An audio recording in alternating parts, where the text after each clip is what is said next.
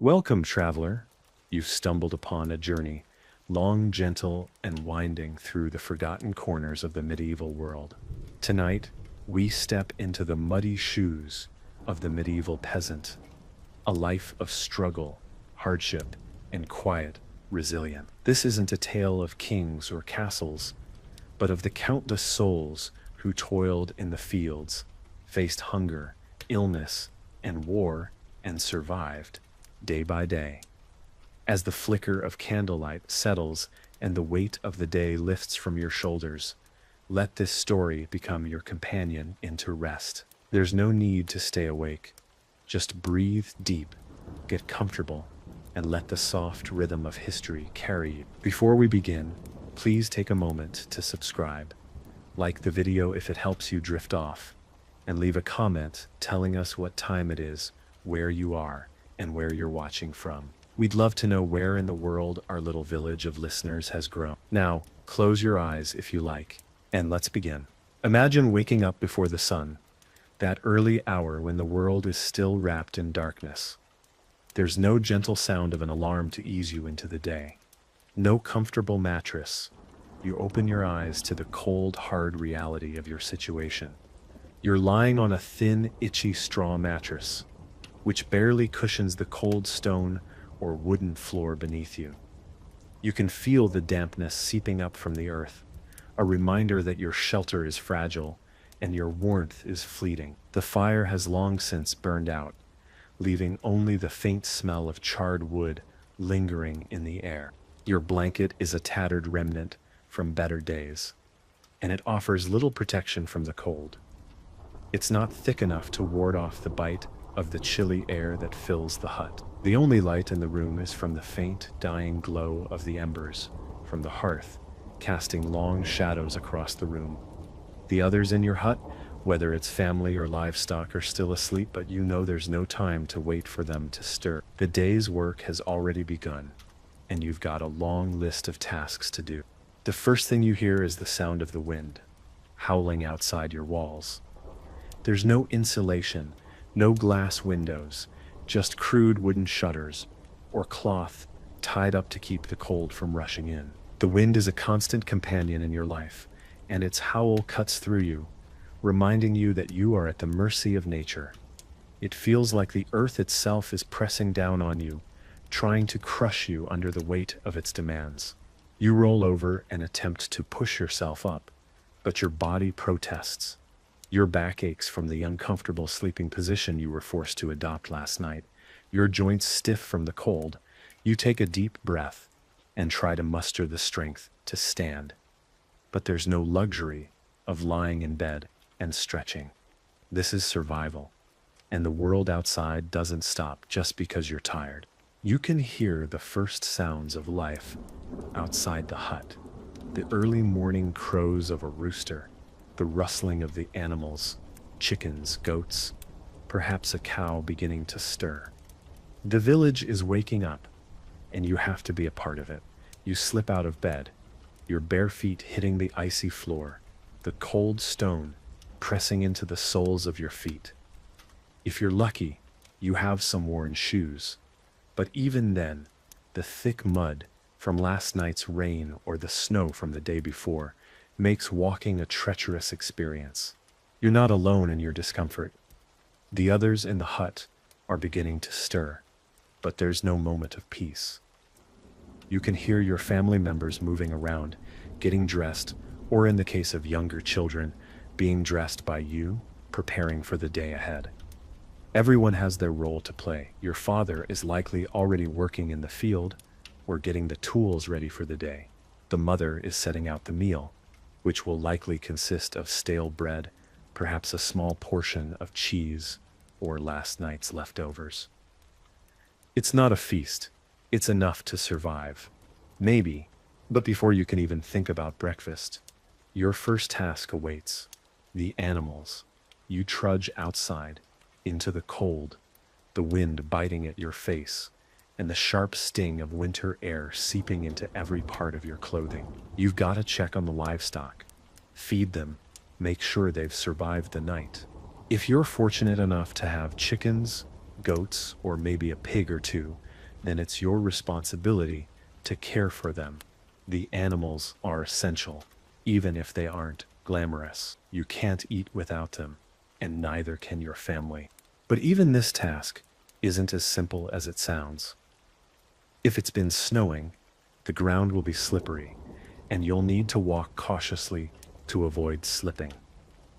If there's mud, you're forced to wade through it, your boots caked in muck. If you're barefoot, the cold ground will press through your feet and numb your toes in mere seconds. And you're not just feeding the animals. You've got to clean their pens too. Scrape away the waste that's piled up over the night, sometimes with nothing more than a shovel and your bare hands. There are no convenient cleaning tools, no broom, no bucket, just your sweat, your hands, and your strength. And the smell, the stench of animals and waste fills the air, thick and pungent, clinging to your clothes and skin. You learn to ignore it, but it never really leaves. The animals are your livelihood, and yet, even they seem to be constantly sick. The harsh conditions, cold, wet, cramped quarters, often lead to diseases which only add to your burden. If your goats catch something, or your chickens stop laying eggs, that's one more problem to fix. One more thing you don't have time for, and there's no one to help you, no neighbors coming by with advice, no assistance from the Lord. You're on your own out here, in the fields, the woods, the muck. It doesn't matter if you're tired. It doesn't matter if you're sick. You don't get sick days. You have to work. Once the animals are taken care of, you might be able to have a small meal, some bread, maybe a boiled egg, or a piece of cheese. The food you eat is far from hearty. It's a way to get by, but there's no room for luxury in the medieval world. The meal is what fuels you for the rest of the day's labor. It's now time for the next round of chores, taking care of the field, repairing tools, gathering firewood, or heading into the village to trade. The day stretches on, with no time for rest. The sun might set late in the evening, but you won't have the luxury of stopping when the darkness falls. The fire must be tended, the hearth cleaned, and everyone's chores must be finished. Your body aches. Your mind is foggy from exhaustion. And yet, there's no question, no option.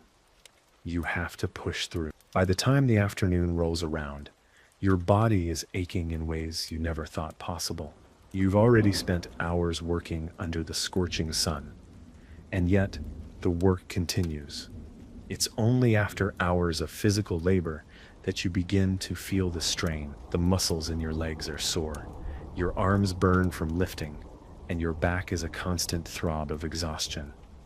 Every movement feels like it's dragging you through thick mud, but there's no time to stop. Your family depends on you.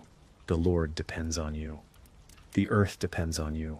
No one cares about how tired you are. You just keep moving. Your body becomes a machine. It doesn't matter if your hands blister. It doesn't matter if your back feels like it's on fire. You push through the pain because that's what survival demands.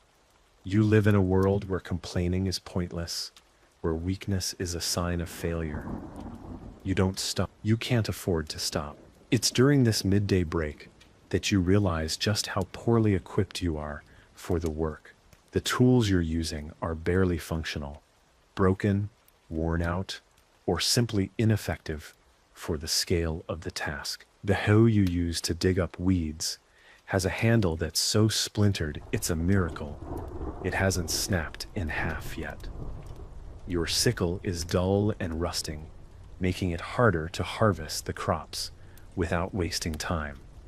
The plow drags behind your oxen, whose strength is waning as the day drags on. These are the same tools your family has been using for generations, handed down through the years, but they're clearly showing their age. You can't afford to replace them. You can't even afford to have someone fix them properly. That means the same inefficient, broken implements are used season after season.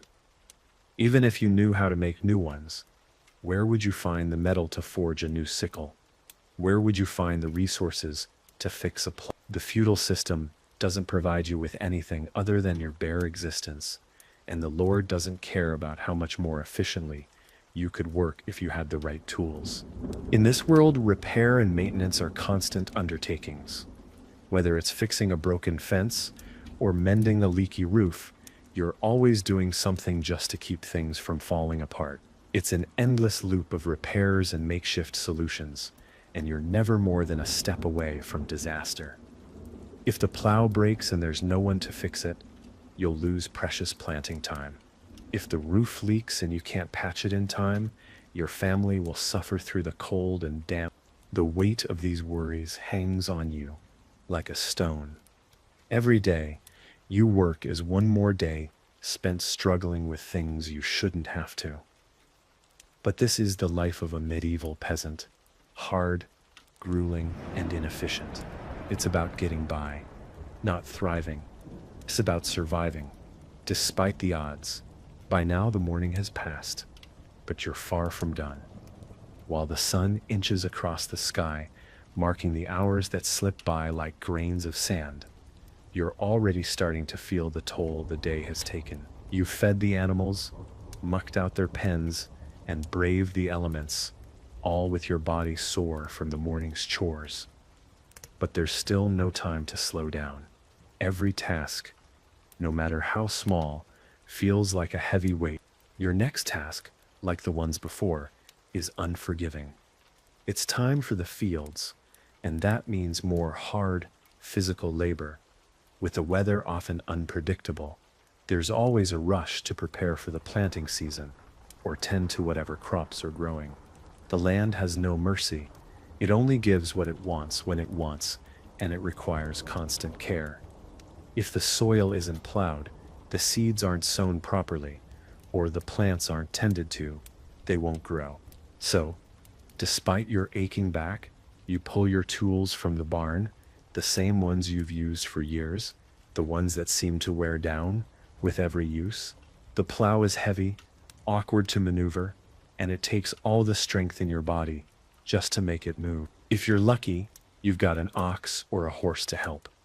But they too are tired and temperamental, and you have to coax them to pull. You spend hours in the fields, walking behind the plow as the earth is turned over, exposing the dark soil beneath.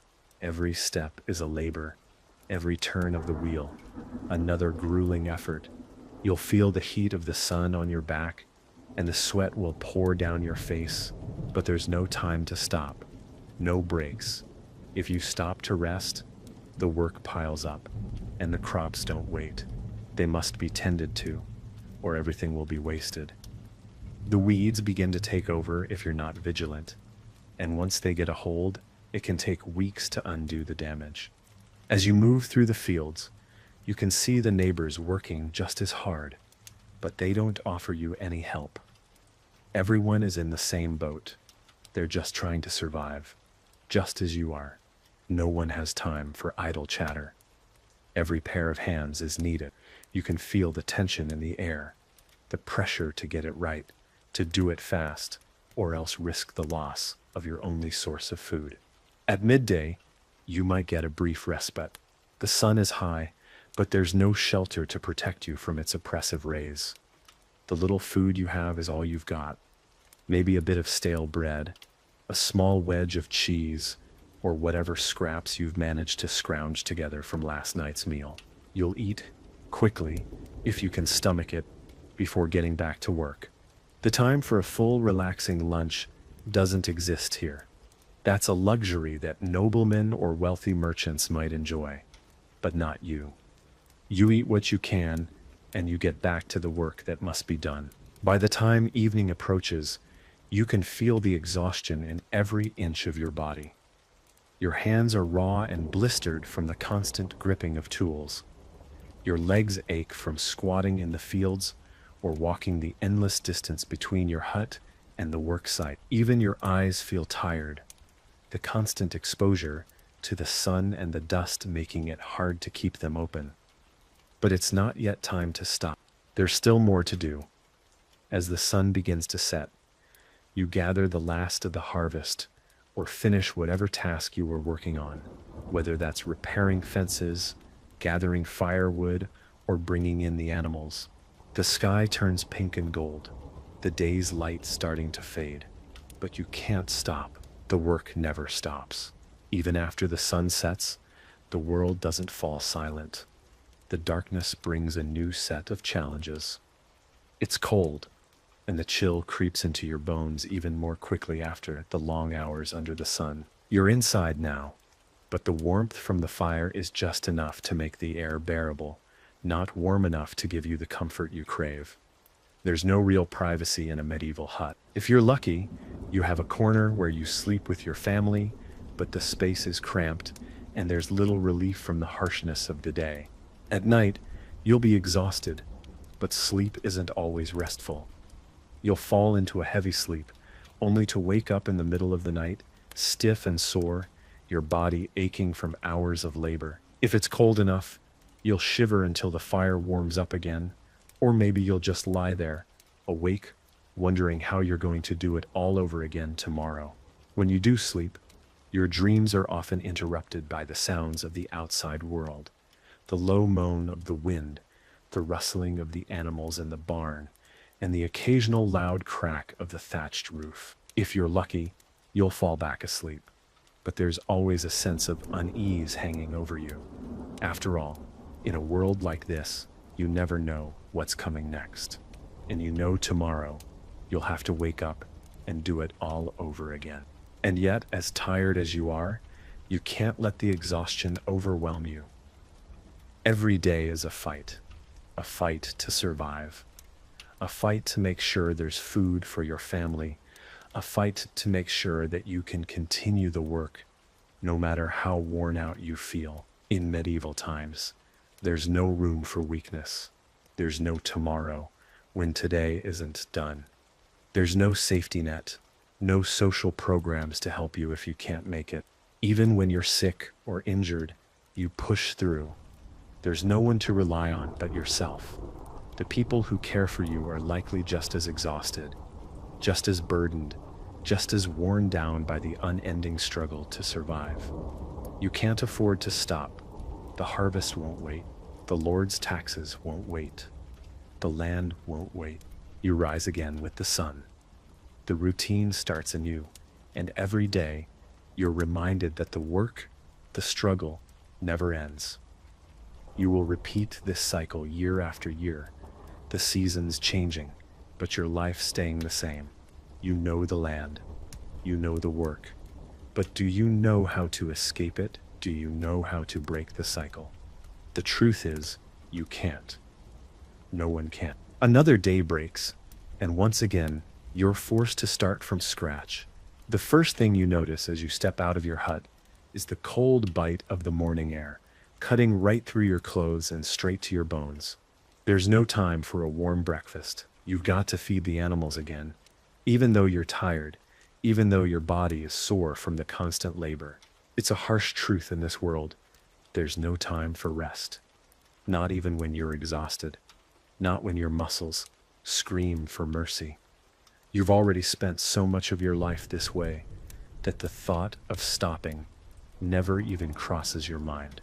You rise, not because you want to, but because you must. The earth, the animals, your family, everything depends on it. Everything you do is a sacrifice in service of survival. As you head out into the cold, you feel the weight of every step. You're already thinking about the day ahead. There's the work in the fields, the maintenance of the animals, and the repairs that never seem to stop. Every day brings new chores, new duties, and they all add up, leaving you with little room to breathe. The idea of taking a break, of resting even for a few moments, seems impossible. Your day is already laid out before you, and it will unfold, whether you're ready or not. The animals are hungry, just like you, and they can't wait. The goats bleat, the chickens cluck, and the cows low impatiently, waiting for you to tend to them. There's no time to care about your own hunger or discomfort. You've got to feed them first. You might be lucky if there's a scrap of bread left from yesterday's meal, but if not, you make do. You grab whatever scraps are available, sometimes only stale, moldy bread, if you're lucky enough to have any at all. While you feed the animals, the cold begins to sink deeper into your skin. The small fires you tend inside your hut aren't enough to warm your bones completely. The temperature outside can freeze the water in the troughs, and by the time you're done, your fingers are numb from the chill. But the work doesn't stop. You can't stop. If the animals aren't fed, if they aren't taken care of, they won't survive. And without them, you don't survive. Once the animals are settled, you move on to the fields. You've got crops to tend to, seeds to plant, weeds to pull. The labor never ends. You'd think that after all these years, your body would become used to the physical toll, but it never does. Every movement aches, every task feels like it's too much. Yet still, you push forward, because stopping isn't an option. You know better. You're out in the fields before the sun has even fully risen. You can feel the soil beneath your feet, the texture of the earth shifting with each step. You till the ground, working the soil that provides everything you have. But it's never easy. The earth can be unforgiving, especially when the weather turns against you. The cold can freeze the crops in the early season, the droughts can drain the land of its vitality, and the pests can eat away at everything you've worked so hard to grow. Still, you keep going. It doesn't matter if the day is hot, cold, or damp. Your body hurts, but you push through. You do it because if you don't, you won't make it to the next season. Every hour spent in the field is another hour of grueling work. There's no rest, no relief, and no one else to do it for you. You've got to carry the weight of it all. The survival of your family, the survival of your farm. There's no one else to pick up the slack. The peasants don't have the luxury of working together for convenience. They work together out of necessity. But even then, it's rare for anyone to ask for help. You can't afford to. You've got to make it work on your own. Even if you manage to get some work done, there's no guarantee the weather will cooperate. If the rains don't come, if the sun isn't just right, the crops won't grow, and that means starvation. The reality of it hangs over you like a dark cloud, and with each passing day, it grows heavier. You pray to whatever gods you believe in, offering silent words for better weather, for more food, for safety. But even the gods aren't guaranteed to listen. The land gives you what it wants, when it wants, and if it's in a bad mood, there's nothing you can do about it. The work is never truly done. Even when you finish for the day, the exhaustion settles into your bones. You eat whatever little you've managed to gather, maybe sharing a small portion with your family. But there's no time for luxury. There's no time for rest, not when there's still more work tomorrow. And when the seasons change, the pressure increases. The harvest must be brought in, the barns must be stocked, and the animals must be prepared for the coming winter. It's a never-ending cycle of labor, and each year brings its own challenges. You don't get to relax. You don't get to take a vacation. You work until you drop, and even then, there's no guarantee you'll survive another year. The night settles in, and for a brief moment, there's a sense of peace, but it's fleeting. The shadows stretch long across your hut as the last bit of daylight fades. Inside, the fire flickers, casting a warm glow, but the heat is short-lived. The cold quickly creeps back in, gnawing at your joints. The fire will only last so long, and when it dies down, the night will be cold, with only the heat of your body and the warmth of those around you to keep you from freezing. Your evening meal is meager at best, whatever's left over from the day's work, or whatever scraps you could gather from your garden, or the meager stores you've managed to save. Maybe some porridge, maybe a thin slice of bread, perhaps a bit of cheese or salted meat. If you're lucky, there are no feasts in this life, no indulgence in rich foods. You eat to survive, not to enjoy. The food is bland, often stale, and it's a daily reminder of just how little you have. The evening is the only time you can slow down, but even then, your mind never truly rests. There are always things to think about, to worry over. The work tomorrow is already in your thoughts. The planting, the weeding, the repairing, and the endless chores. You can hear the sounds of your neighbors from their own huts too, and you know they're feeling the same weariness you are. Everyone is caught in the same grind, the same struggle to make it through another day. There's a shared understanding that life will always be hard, but that doesn't make it easier. You may sit with your family around the hearth, huddled together for warmth, but even here, there's a distance between you and them. It's not an emotional distance, but a physical one. You may be side by side, but there's no comfort in that closeness. The silence can be deafening. Not from a lack of words, but because the conversation is about practical matters: food, work, health. You talk about the next task, how the fields are doing, what needs repairing, what you'll do if the weather doesn't improve. There's no room for frivolity or leisure. Every word is a reminder of the harshness of your existence. But even amidst this harsh reality, there are moments of familial warmth. You'll share stories of the past, of family history, of moments you'll never forget. But even then, the stories aren't romanticized. They're filled with struggles and suffering. You share the same quiet understanding that this is the life you've been dealt, and there's no escaping it. It's not about enjoying the luxury of warmth or the comfort of a good meal. It's about enduring until the next day, the next year, or perhaps until the next season, when the harvest could make or break your survival. The fire burns low in the hearth as the night drags on, but there's no time to rest easy. Sleep is the only respite from the endless grind, and yet, even sleep doesn't come easily. The cold seeps in through the cracks in the walls, and every time you turn, you can feel the stiffness in your back and limbs from the day's labor. Your body is heavy, sore from the constant toil, but there's no choice. You can't rest until you have to. Sleep may come, but it's not peaceful. It's filled with nightmares of failure. You dream of a poor harvest, of hungry mouths, of animals lost to disease or thieves. You wake up, drenched in sweat, unsure of whether what you've experienced is a nightmare or the reality you face every day. There's no comfort in sleep, only brief escape from a world that's always demanding. As the morning light creeps back into the room, it's already too bright to stay in bed any longer. The cold bite of the stone floor greets you once more as you rise, your muscles stiff from the night's restless sleep. You're already tired before the day begins, your body weighed down by the memory of yesterday's labor and the knowledge that today will be no different. There's no time for stretching, no time for easing into the day. The tasks that await you don't care how tired you are. They don't care how sore your back is or how empty your stomach feels. The moment you step outside, the familiar cold hits you like a slap in the face.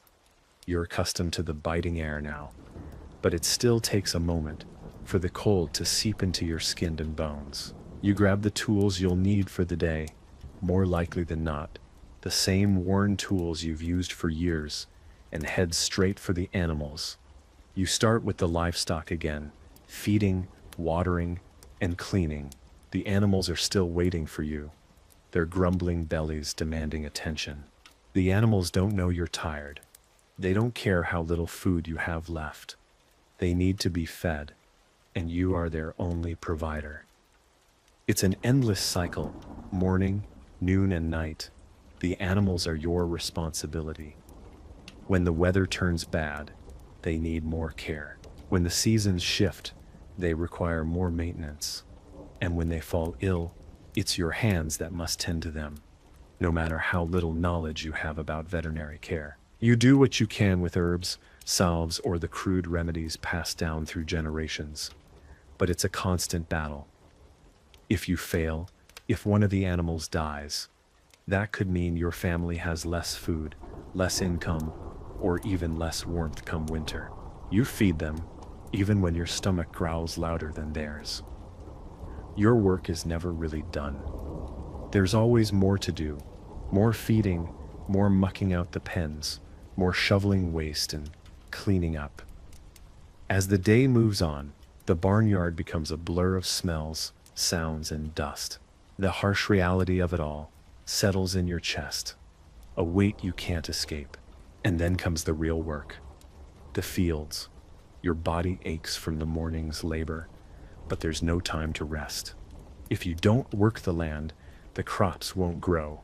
If you don't plant the seeds, your family will starve come winter. You grab the plow again, and you go to work, this time in the fields that stretch endlessly before you. The soil is your life. Its productivity, its fertility, determines whether you live or die. The earth is unforgiving. The soil is hard, or it's too wet, or the weather's too cold. You've got to get the plow through the soil, and if it's too dry, too wet, or too stubborn, it's up to you to make sure it gets done. The oxen, or horses you use, are tired too. They're working as hard as you, their hooves sinking into the mud, or kicking up dust as they pull the plow across the land. It's not easy. The tools are worn down, your body is already aching from the morning's work, and yet you still have hours of labor ahead of you. Your muscles scream, your hands blister and crack, but you have to keep going. The land won't wait. The Lord won't wait. The harvest won't wait. You won't eat unless you do this. Even when the rain comes, and it always does, you have to keep working. Wet soil, soggy clothes, and freezing winds are part of the deal. There's no luxury of retreating into a warm home or resting until the storm passes. Your body shakes with cold, but you push through. The earth demands it. The land doesn't care about your pain. It's indifferent to your suffering. The rain could drown your crops, or it could nourish them. You don't know yet. All you can do is keep pushing, keep planting, keep working. You don't know if you're making progress. The weeds keep growing, the pests keep invading, and the weather keeps changing. Every time you think you're ahead, you fall behind. The struggle is never ending, and you realize deep down that no matter how much you work, there's always something threatening your survival.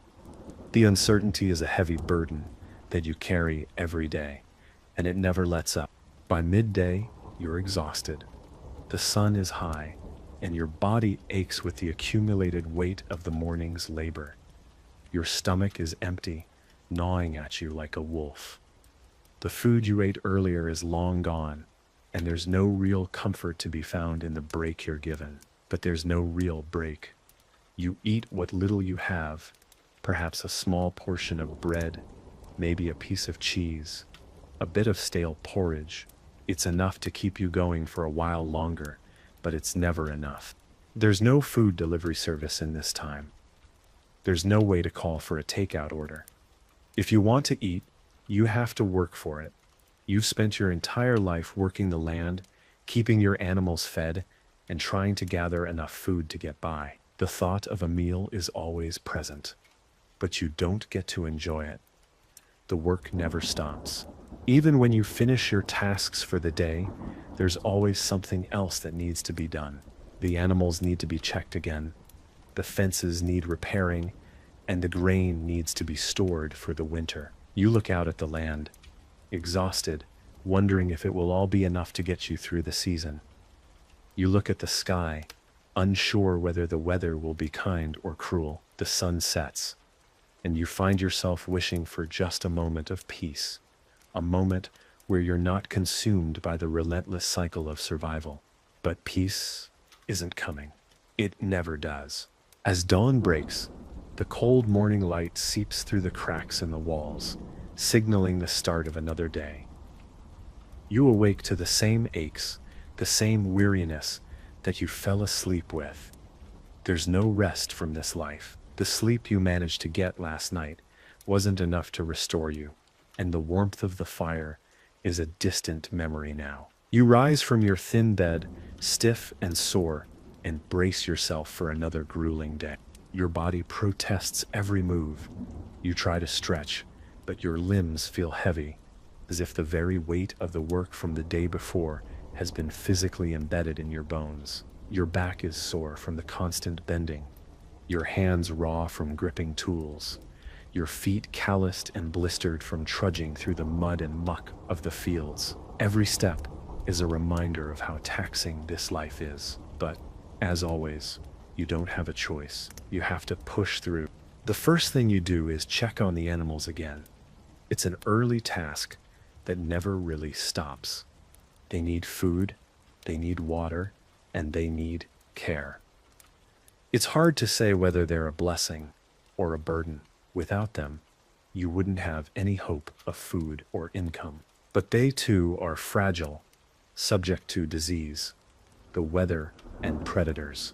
And the work they require only adds to the exhaustion of your already full day. Feeding them is one thing, but the animals are demanding creatures. You must tend to their pens, scoop out their waste, build their shelter if it's fallen apart, and protect them from whatever dangers might arise. The noise of the barnyard, lowing cows, bleating goats, clucking chickens becomes a constant background hum. It's not peaceful, it's overwhelming. The winter months can be especially harsh. The cold takes its toll on the animals too. The once vibrant animals seem sluggish, their coats thinning or their energy drained by the cold. You have to check their hooves for any sign of disease. And when one of them falls ill, it's up to you to try and remedy it with whatever meager knowledge you have. There are no veterinarians in this world. Only your hands, your experience, and maybe some herbs that have been passed down from others in the village. But you are not alone. You are always surrounded by the hum of life. Whether it's the daily routine of your family or the constant work that must be done. When you finally finish tending to the animals, you are already tired, but there's no time to waste. The day is already growing long, and there's still much to be done. Your next task is the fields. The soil is waiting for you. The land always demands attention. Whether you're planting seeds, fixing fences, or gathering firewood, the earth will not wait for you to take a break. The fields are vast, and though they may not seem like much, they are your lifeline. If they don't yield crops, if the weather turns against you, it could be the difference between life and death. But working the land is not easy. You don't have modern machinery. You don't have anything but your hands, your tired body, and some rudimentary tools. The plow you use is an old one, worn down by years of use. It's heavy, cumbersome, and often difficult to maneuver, especially when the earth is particularly hard or dry. Your oxen, if you're lucky enough to have any, pull the plow, but even they tire quickly. There's no rest as you work the fields, no comfort in the labor. The sun beats down, and your body aches with every movement. Sweat pours down your face, your back as you bend to plant the seeds or pull weeds. The weeds grow fast, too fast, and if you don't stay ahead of them, your crops will be smothered. But no matter how hard you work, the land never feels like it's giving you anything in return. It's always a gamble. Sometimes the harvest is bountiful, sometimes it's a total loss. The uncertainty hangs over you, and there's nothing you can do about it. The weather is the only thing that can determine whether you'll eat or starve, and it's completely out of your control. If the rains come too early or too late, the crops fail. If the frost hits at the wrong time, your hard work could be ruined. If the pests invade, you might lose everything. And once again, it's all out of your hand. As the hours pass, you can feel your energy draining. You're not even sure when you last ate. You haven't had a full meal in days, maybe weeks. You live on scraps, hoping you'll make it through the day and into tomorrow. You don't get to enjoy a meal the way people do today. You eat when you can, and it's never enough. If you're lucky, you get a thick bowl of porridge, maybe a few slices of bread. Meat is a rarity, and fruit or vegetables are far from a given. You eat what you have when you can. By the time nightfall arrives, you feel as though you've aged years in just one day. Your back is stiff, your muscles aching from hours of constant labor. But when the sun sets, there's no sense of relief. The work doesn't stop just because the sky goes dark. The firewood has to be chopped, the animals must be secured, and food has to be prepared. You may try to relax, but it's hard to do so when you know there's always more to be done. And the sleep you long for? It's never truly restful. You're always awake, constantly adjusting to the uncomfortable bed of straw or your aching muscles. And when you finally drift into a fitful slumber, the cold air seeps into your bones, making the little warmth left in your body a fleeting comfort. Tomorrow, it starts all over again. You wake to the same stiff body, sore from yesterday's work, but there's no time to linger. The world outside is already calling, demanding your attention. The cold from last night still clings to the walls of the hut as you pull yourself out of the straw bed. The wind whips through the cracks in the walls, and the faint light from the rising sun does little to combat the bone-chilling air.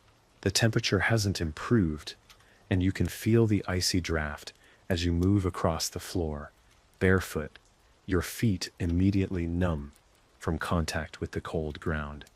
Today will be the same as yesterday, endless hours of physical labor, grueling tasks that never stop. The work is a constant reminder of your place in the world, of your position as a peasant, bound to the land and tied to the cycle of survival. You have no choice. The day must be lived out, step by painful step. You begin with the animals again. They are waiting, just as they did yesterday. You can't afford to waste time. No matter how tired you feel, they need food, water, and shelter. If you let the smallest task slide, if you miss even one of these daily chores, you could lose everything. The animals might fall sick, the crops might not survive, or in the worst case, you might face the wrath of the Lord, who demands his due regardless of your circumstances. As you feed the animals, you can feel the weariness in your muscles, the fatigue building with every motion. There's no joy in it, no sense of satisfaction, only the mechanical repetition of a life that requires constant attention, a cycle that is never ending. Even if you worked harder than anyone else, you'd still be left with the same toll on your body, the same empty promises of success. After feeding the livestock, you move to the fields. You know what's required of you, but your body is crying out for rest.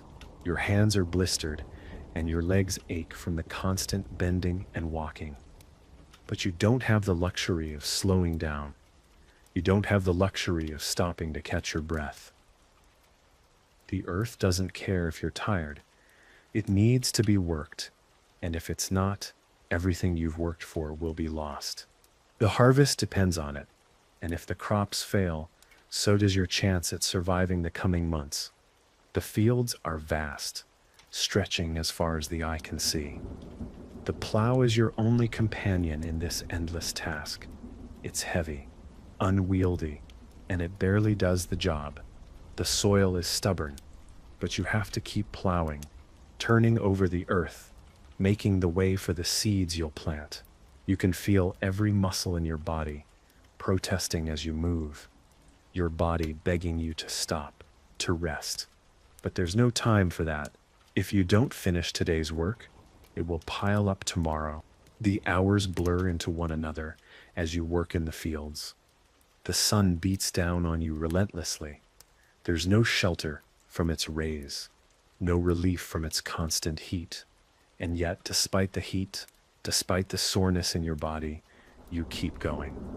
You know that every day without progress is a day lost. If you rest, even for a moment, the land will punish you. It's a cruel cycle. The more you work, the more you realize that the rewards are minimal, that the hours you've spent working might not yield a good harvest. It's not about how hard you work, it's about luck. It's about whether the weather will cooperate. The rain, the sun, the wind, these forces control your fate. But even when the work is done for the day, there's still no sense of relief. You must still gather firewood, you must still tend to the animals, and there's always something that needs repairing. The roof needs fixing, or the fence has fallen over, or the food stores need to be checked. The barn is never fully in order, the animals never fully cared for. There's always something to do. There's never a moment of peace, never a time when you can put down the weight of survival. And even when you're done, when the sun finally dips below the horizon, when your body feels like it might give out, there's still that nagging feeling that you haven't done enough. At night, you're too tired to think. You collapse into your straw bed, hoping for a moment of rest. But there's no rest.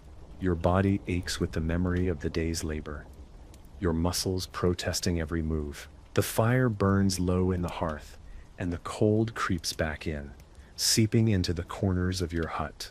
You're not just tired physically, your mind is tired.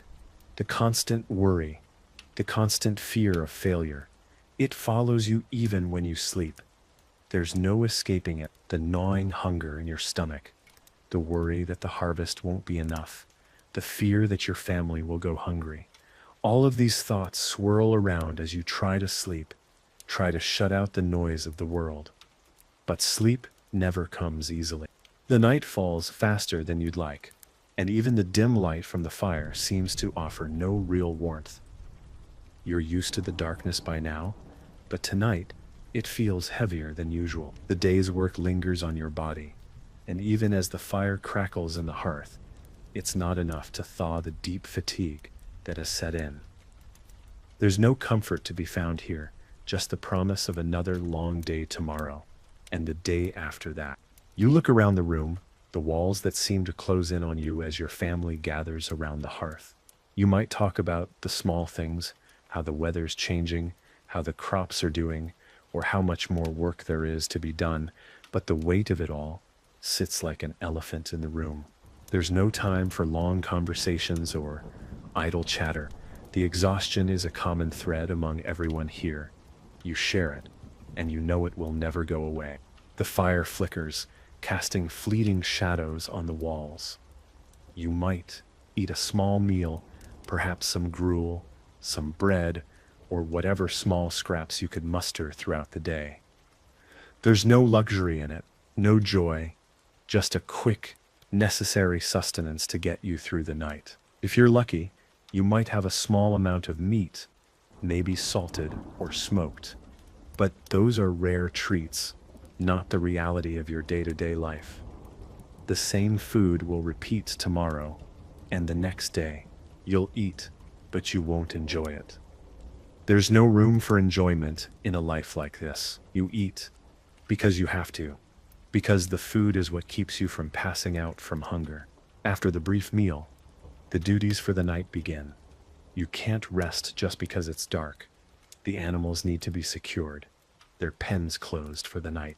The fire needs to be fed with more wood to last through the cold night. And while your family rests, or at least tries to rest, you'll be the one to finish what little tasks remain. The darkness outside is overwhelming, but you don't fear it. The fear is not of the dark, but of what the darkness might bring. What could go wrong while you sleep? What if the barn catches fire? What if the animals get sick overnight? What if thieves come? There's no safety net. No one is watching over you. If something goes wrong, it's all on your shoulders. You finish the final tasks for the day, but your body is still humming with exhaustion. You've worked all day and now it's time to try and rest. But there's no real comfort in sleep. The bed of straw you sleep on is hard, uncomfortable, and full of bugs. The cold stone floor doesn't offer much comfort, and there's nothing to soften it. If you're lucky, you might have a small pillow made of cloth or straw, but even that doesn't make it better. Your body is stiff from the hours of work, your bones sore and tired. You try to settle in, but there's no escaping the discomfort. The worst part is, sleep never truly feels like rest. You lie awake most nights, thinking about the work you still need to do tomorrow, thinking about whether the harvest will survive, whether you'll be able to make it through the winter. Your worries keep you awake, your mind racing through what you might need to do. What if there's a drought? What if the animals don't survive the winter? What if you don't have enough grain to feed your family? And even if you do get to sleep, the dreams aren't kind. Your mind drifts back to the hard work you've done, the long hours, the back-breaking labor, and the constant pressure of survival. There's no escape from the reality of your life, even in your dreams. You dream of crops failing, of your children going hungry, of the cold setting in too soon. The fears are always there, lingering on the edges of your consciousness, no matter how hard you try to push them away. The moments of sleep that you do get aren't restful. They're fragmented, broken up by the discomfort of your body and the constant reminders of the challenges you face. There is no luxury in sleep, only a brief, fleeting escape before the brutal reality of the next day begins again. The next morning comes with the same suffocating weight as the last. The moment you open your eyes, you feel the familiar pain in your body, a reminder that the grueling labor of yesterday has left its mark. Your muscles protest as you sit up, the stiffness and soreness almost unbearable, but there's no time to dwell on it. The day's tasks are already calling, and the world outside doesn't care how much you ache. You must get up and face the same demands again. You rise and head out into the cold, your body sluggish, but your mind already racing through the list of things that need doing. The animals must be fed, the firewood gathered, and the fields must be tended to.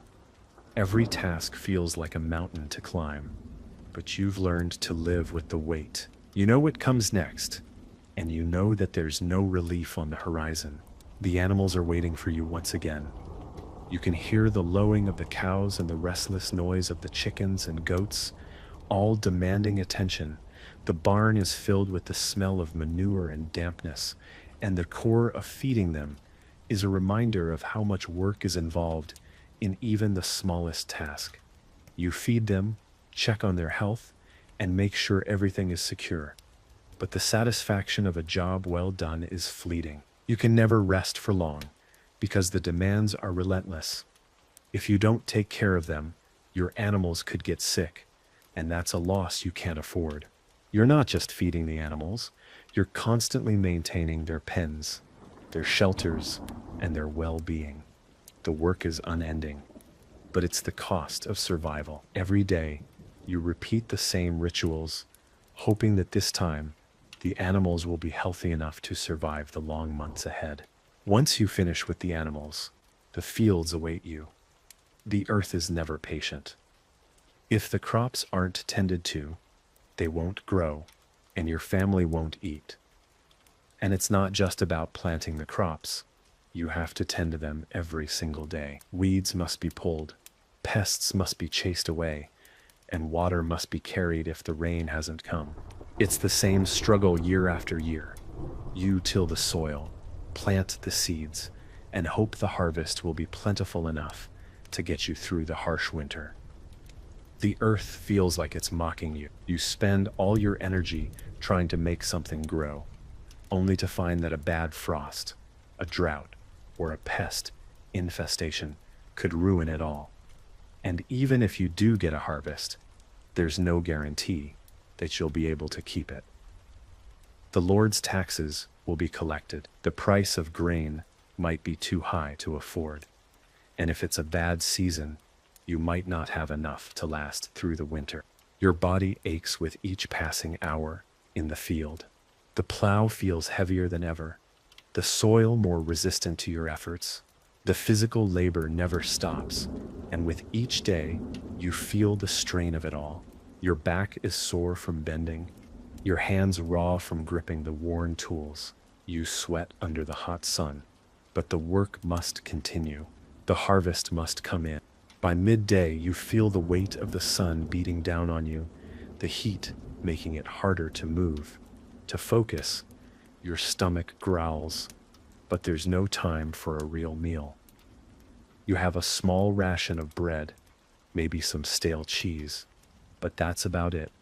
There's no time to sit and enjoy a meal. There's no time to savor food. You eat because you have to keep going. You don't have the luxury of enjoying your food. You eat in quick bites, rushing to get back to the fields, to the animals, to whatever task needs your attention. The day is far from over, and you can already feel the weariness creeping back into your bones. Every task feels endless, and with each passing hour, you realize just how little you truly have to show for it. As the day draws to a close, you head back to the hut, exhausted but with no sense of relief. There's more to be done, even though the sun has set. The animals need to be locked up for the night. The firewood needs to be gathered, and you need to prepare for the next day's work. By now, your body feels like a machine that's been running on fumes for too long. Your hands are raw, your legs stiff, and your shoulders ache with the burden of a day's work. You know there's still more to do, but there's a part of you that longs for a moment to stop, a moment of peace. But that moment never comes. The work doesn't stop. You've survived another day, but at what cost? The fatigue is overwhelming, and yet, you know there's no time to rest. The world doesn't wait for you to catch your breath. It doesn't care about your exhaustion. It doesn't care that you're struggling to keep up. If you don't work, if you don't push through the pain, the consequences are too great. The animals won't survive. The crops won't grow. Your family will suffer. The night settles in, but it offers no real relief. The fire burns low, the warmth quickly fading. You wrap yourself in your thin blanket, your body aching, your mind racing. There's always something more to worry about. What if the weather turns cold again? What if the grain you've stored is ruined by pests or mold? What if the Lord demands too much?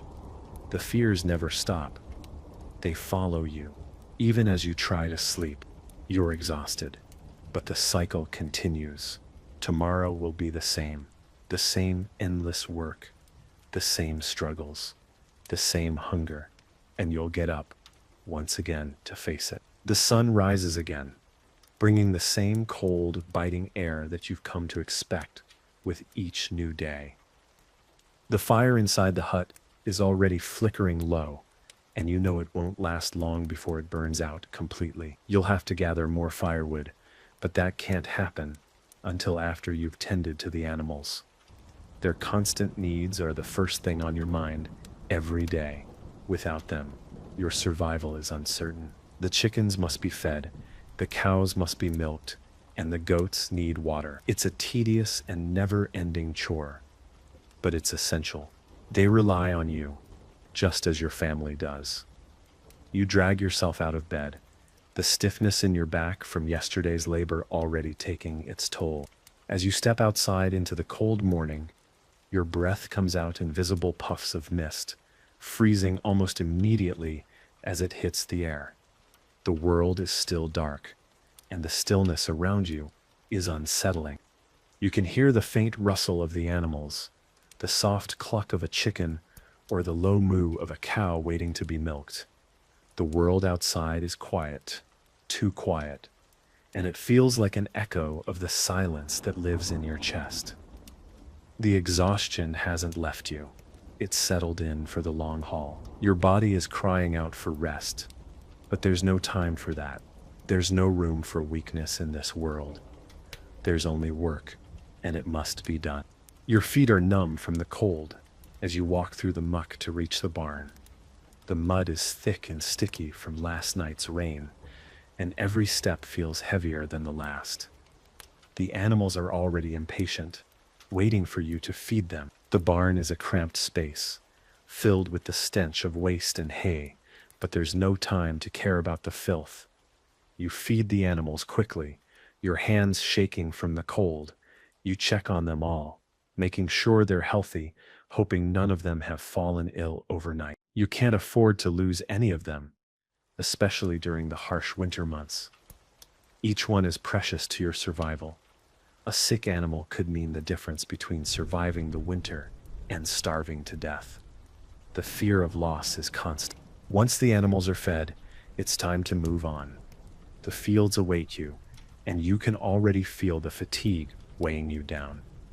It's a familiar feeling by now, one that never seems to leave. The earth needs constant care, constant attention. Even if you worked all day yesterday, even if your body is stiff and sore, the land won't wait. The crops won't grow unless you work for them. And the weather is always unpredictable. It could be too dry, too wet, or too cold, and your crops could fail before they even have a chance to sprout. The land is as unforgiving as the lords who rule over it, and there's no room for mistakes, no time to question your actions. The plow must be moved, the seeds must be planted, and the weeds must be cleared. If you don't do it, who will? You move through the fields, mechanically, one foot in front of the other. Your body aches with every movement, but there's no stopping now.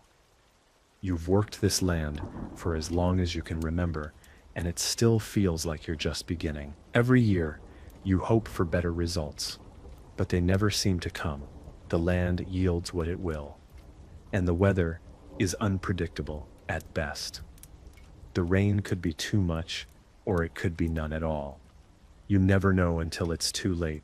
There's no sense of control over your own life. It feels as though you're caught in a never-ending battle between nature and survival, and nature has the upper hand.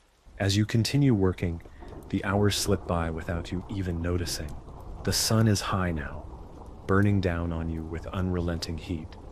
Your skin is red and raw from the exposure, but there's no time to shield yourself from the sun.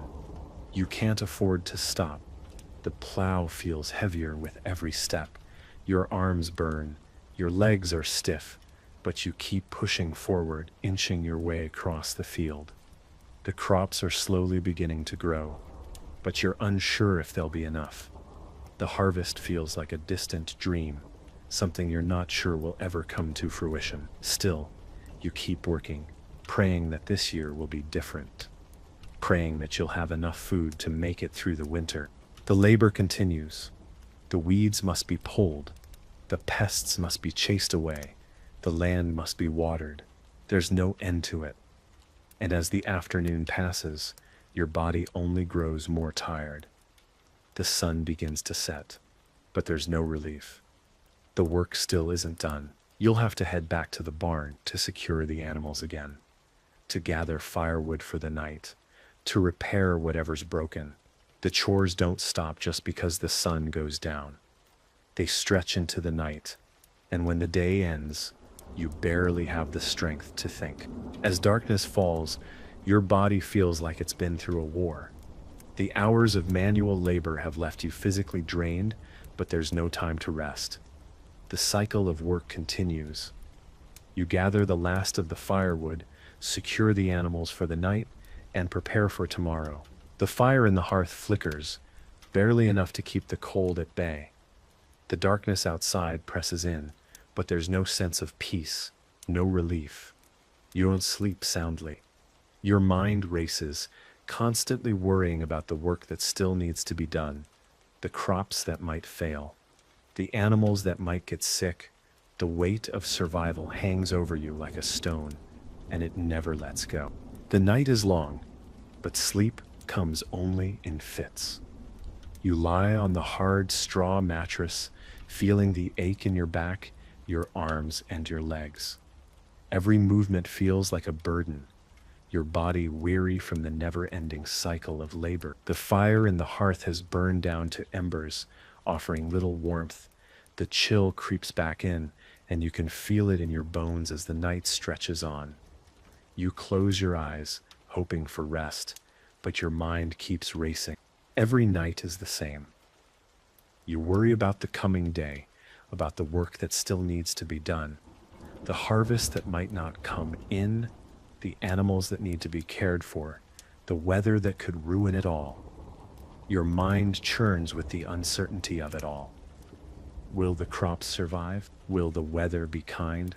Will there be enough food to feed your family through the winter? These are the thoughts that haunt you, that keep you awake long into the night. And when you do finally manage to sleep, it's not restful. You dream of fields burned by drought, of animals that have fallen ill, of empty granaries. The dreams are often worse than the reality. At least in reality, you can still take action, but in your dreams, you can do nothing to stop the inevitable. Morning comes too soon, as it always does. The light filters into the room through the cracks in the walls, and you're awake before you even want to be. The same body aches greet you, the same exhaustion that never fully goes away. You sit up slowly, trying to shake off the fatigue, but it lingers like a weight. There's no time for rest, though. The work is waiting. Your feet hit the cold stone floor, and the chill immediately seeps into your bones. The rest of the world is still, quiet, still, but your day has already begun. You don't have the luxury of waiting for a moment of peace. You grab the tools you'll need for the day and head outside into the morning air, already feeling the weight of the tasks ahead of you. The first task, as always, is the animals. You're used to the routine by now, the feeding, the cleaning, the checking for illness. It's all automatic, just another part of the endless cycle. But even so, the work is never easy. The animals need attention, and without them, you wouldn't survive, but they're not easy to care for. They're demanding, each one with its own needs. The chickens must be fed, the goats must be milked, the cows must be milked, too. Every task is urgent. If you neglect one of them, if you fail in one small part of the process, it could be the end of your food supply for the week, or worse, the season. After tending to the animals, you move to the fields. You don't even have time to eat yet. You'll grab a bite later, maybe some stale bread or a small portion of cheese. You've learned to survive on little. The plow is waiting for you. The land is waiting for you, but your body is already protesting. Every part of you aches from yesterday's labor, and you know that today will bring the same. The soil is heavy, the plow is stubborn, and the weeds keep coming. They grow faster than you can pull them, and if you don't stay ahead, they'll choke the crops. You think about stopping for a moment, catching your breath, but there's no time. If you stop, the work piles up. The weeds keep growing. The crops don't grow on their own. The weather isn't always your friend. And as much as you wish you could rest, you know you can't afford to. Every moment spent not working is a moment you're not feeding your family. The sun climbs higher in the sky, and the heat becomes unbearable. The work is relentless. Every step is a challenge. Every motion requires effort. The plow feels heavier with every passing minute. The soil more stubborn. The rain hasn't come in days, and you can feel the earth beneath you beginning to dry up, cracking as it bakes under the sun. There's nothing you can do about it. You can't control the weather. You can only work. By midday, the tiredness is overwhelming. You've spent hours in the fields, but there's no end in sight. You grab a small portion of food, barely enough to keep the hunger at bay, a few slices of bread, maybe some dried meat, if you're lucky. But even eating feels like a chore. You don't have time to sit and enjoy your meal. There's no relaxation in your life. You eat, you chew quickly, and you get back to work. Your body aches with exhaustion, but your mind is always a step ahead, calculating what still needs to be done. The day isn't over yet. There are still the animals to tend to, the tools to check, the repairs to make. The thought of rest seems so far out of reach.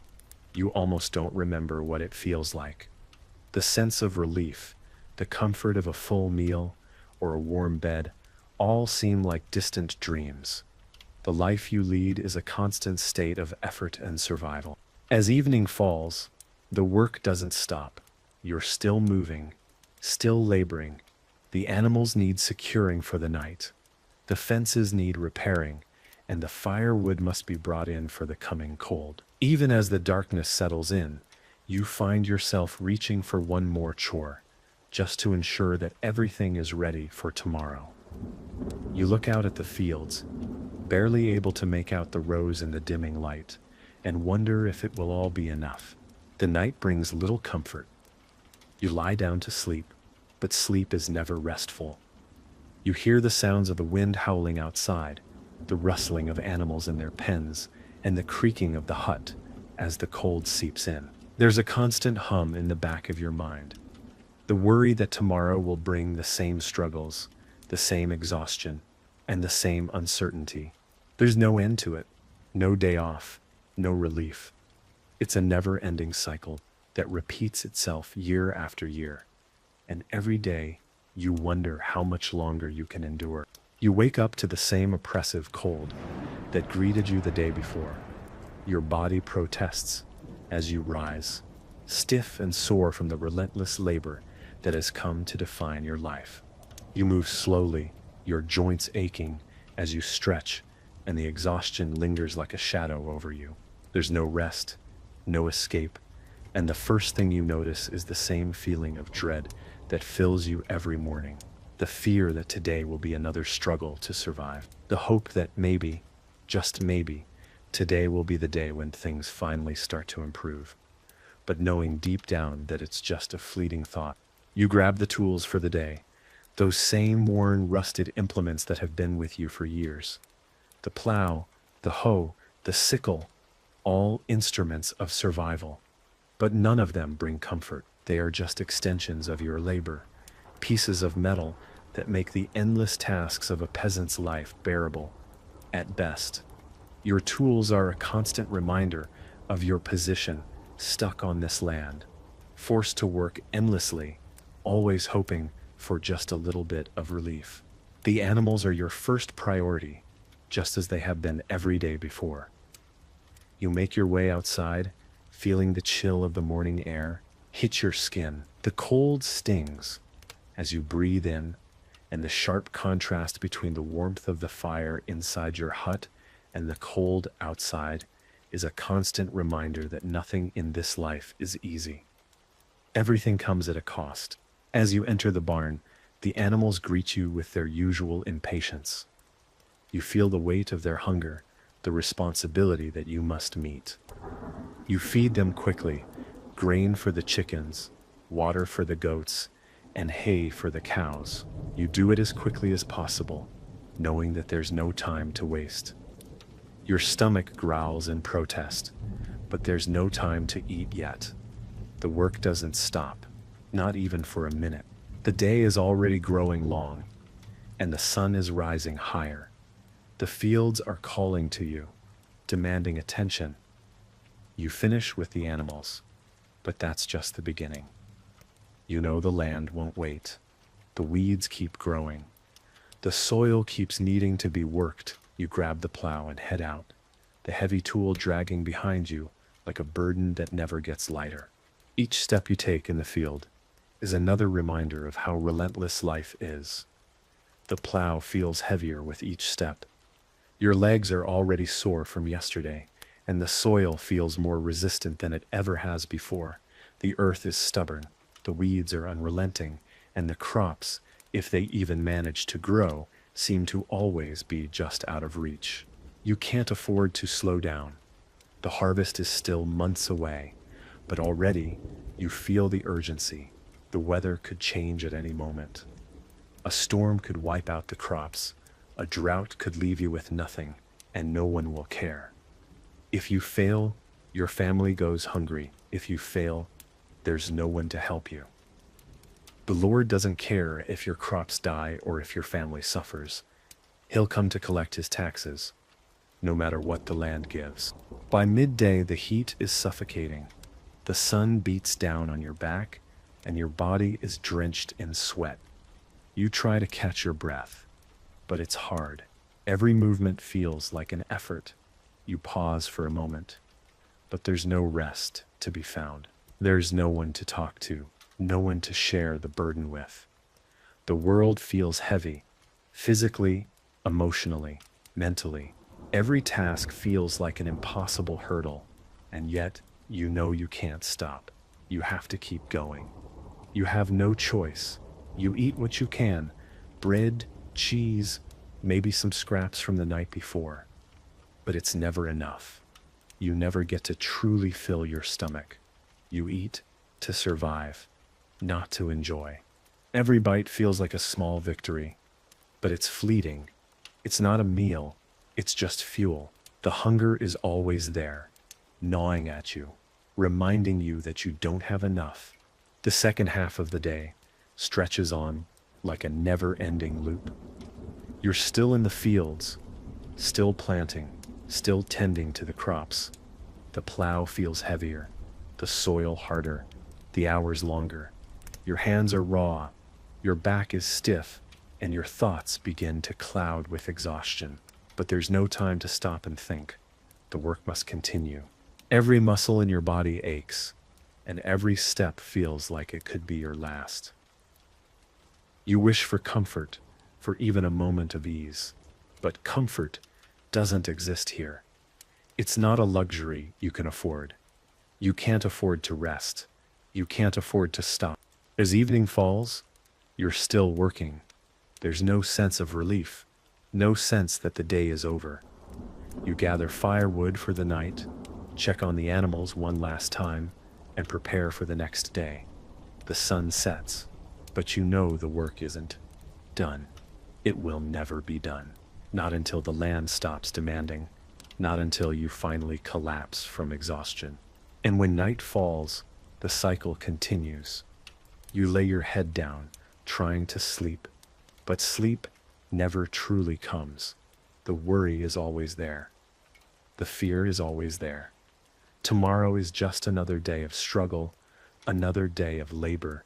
You'll wake up to the same cold floor, the same long list of tasks, the same ache in your body. You'll work because you must. And when the night comes again, you'll lie awake, wondering if you can keep going. Morning breaks, and once again, you are greeted by the bitter cold of the early hours. Your body is already aching from the day before, but there's no choice. The moment your eyes open, the reality of the day ahead crashes down on you. There's no reprieve, no moment to gather yourself. It's the same routine, the same work, the same struggle. Every part of you feels like it's been worn down, and yet the demands of the land, the animals, and the seasons never let up. The animals need your attention first, and you can already feel your back aching as you rise from the straw bed. The chill in the air bites at your skin as you step outside, the damp earth greeting your bare feet. You might be lucky enough to have a pair of shoes, but they're often worn through, leaving your feet exposed to the cold and wet. The morning dew is thick on the grass, and the barn is covered in frost. The air is cold enough to freeze your breath in mid-air, but you don't have time to care about the cold. The animals must be tended to, or the hunger will settle in soon enough.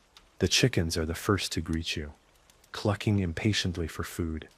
You can hear the soft moo of the cows and the bleating of the goats, each one waiting for you to begin your daily routine.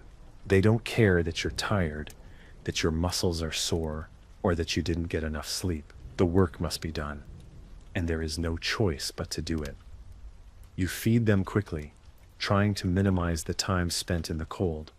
Each task, from gathering the eggs to milking the cows, feels like an eternity, but it's necessary. Once the animals are fed and watered, you move on to the next task, the fields. The land calls to you, pulling you towards it with the force of necessity. Every day, the work is the same, but the toll it takes never gets any easier. Your body aches, your mind is foggy with exhaustion, and yet the land will not wait. You need to plow, you need to plant, you need to tend to the crops. No matter how tired you are, no matter how sore your back feels, no matter how heavy the sun is overhead. The plow feels heavy in your hands, the soil more stubborn than it was yesterday. You push through, trying to ignore the aches in your body, trying to focus on the task at hand. The sweat begins to pour down your face, mixing with the dirt, but there's no time to stop. You can't afford to rest. The crops won't grow if you don't work the land. You can't waste a single moment, not when the weather could turn at any time. You know that the rains could come too late, or the drought could ruin everything. Every day you're gambling with your survival. You continue to work, hour after hour, the sun beating down on your back, the sweat stinging your eyes. The hours blend into one another, the pain in your body becoming a constant throb. You pause for a moment to rest, but it's brief. There's no time for real rest. You can only sit for a moment before the next task calls you. The work is endless, and the cycle feels as though it's strangling you. Every day feels like a repeat of the last. The same movements, the same work, the same struggles.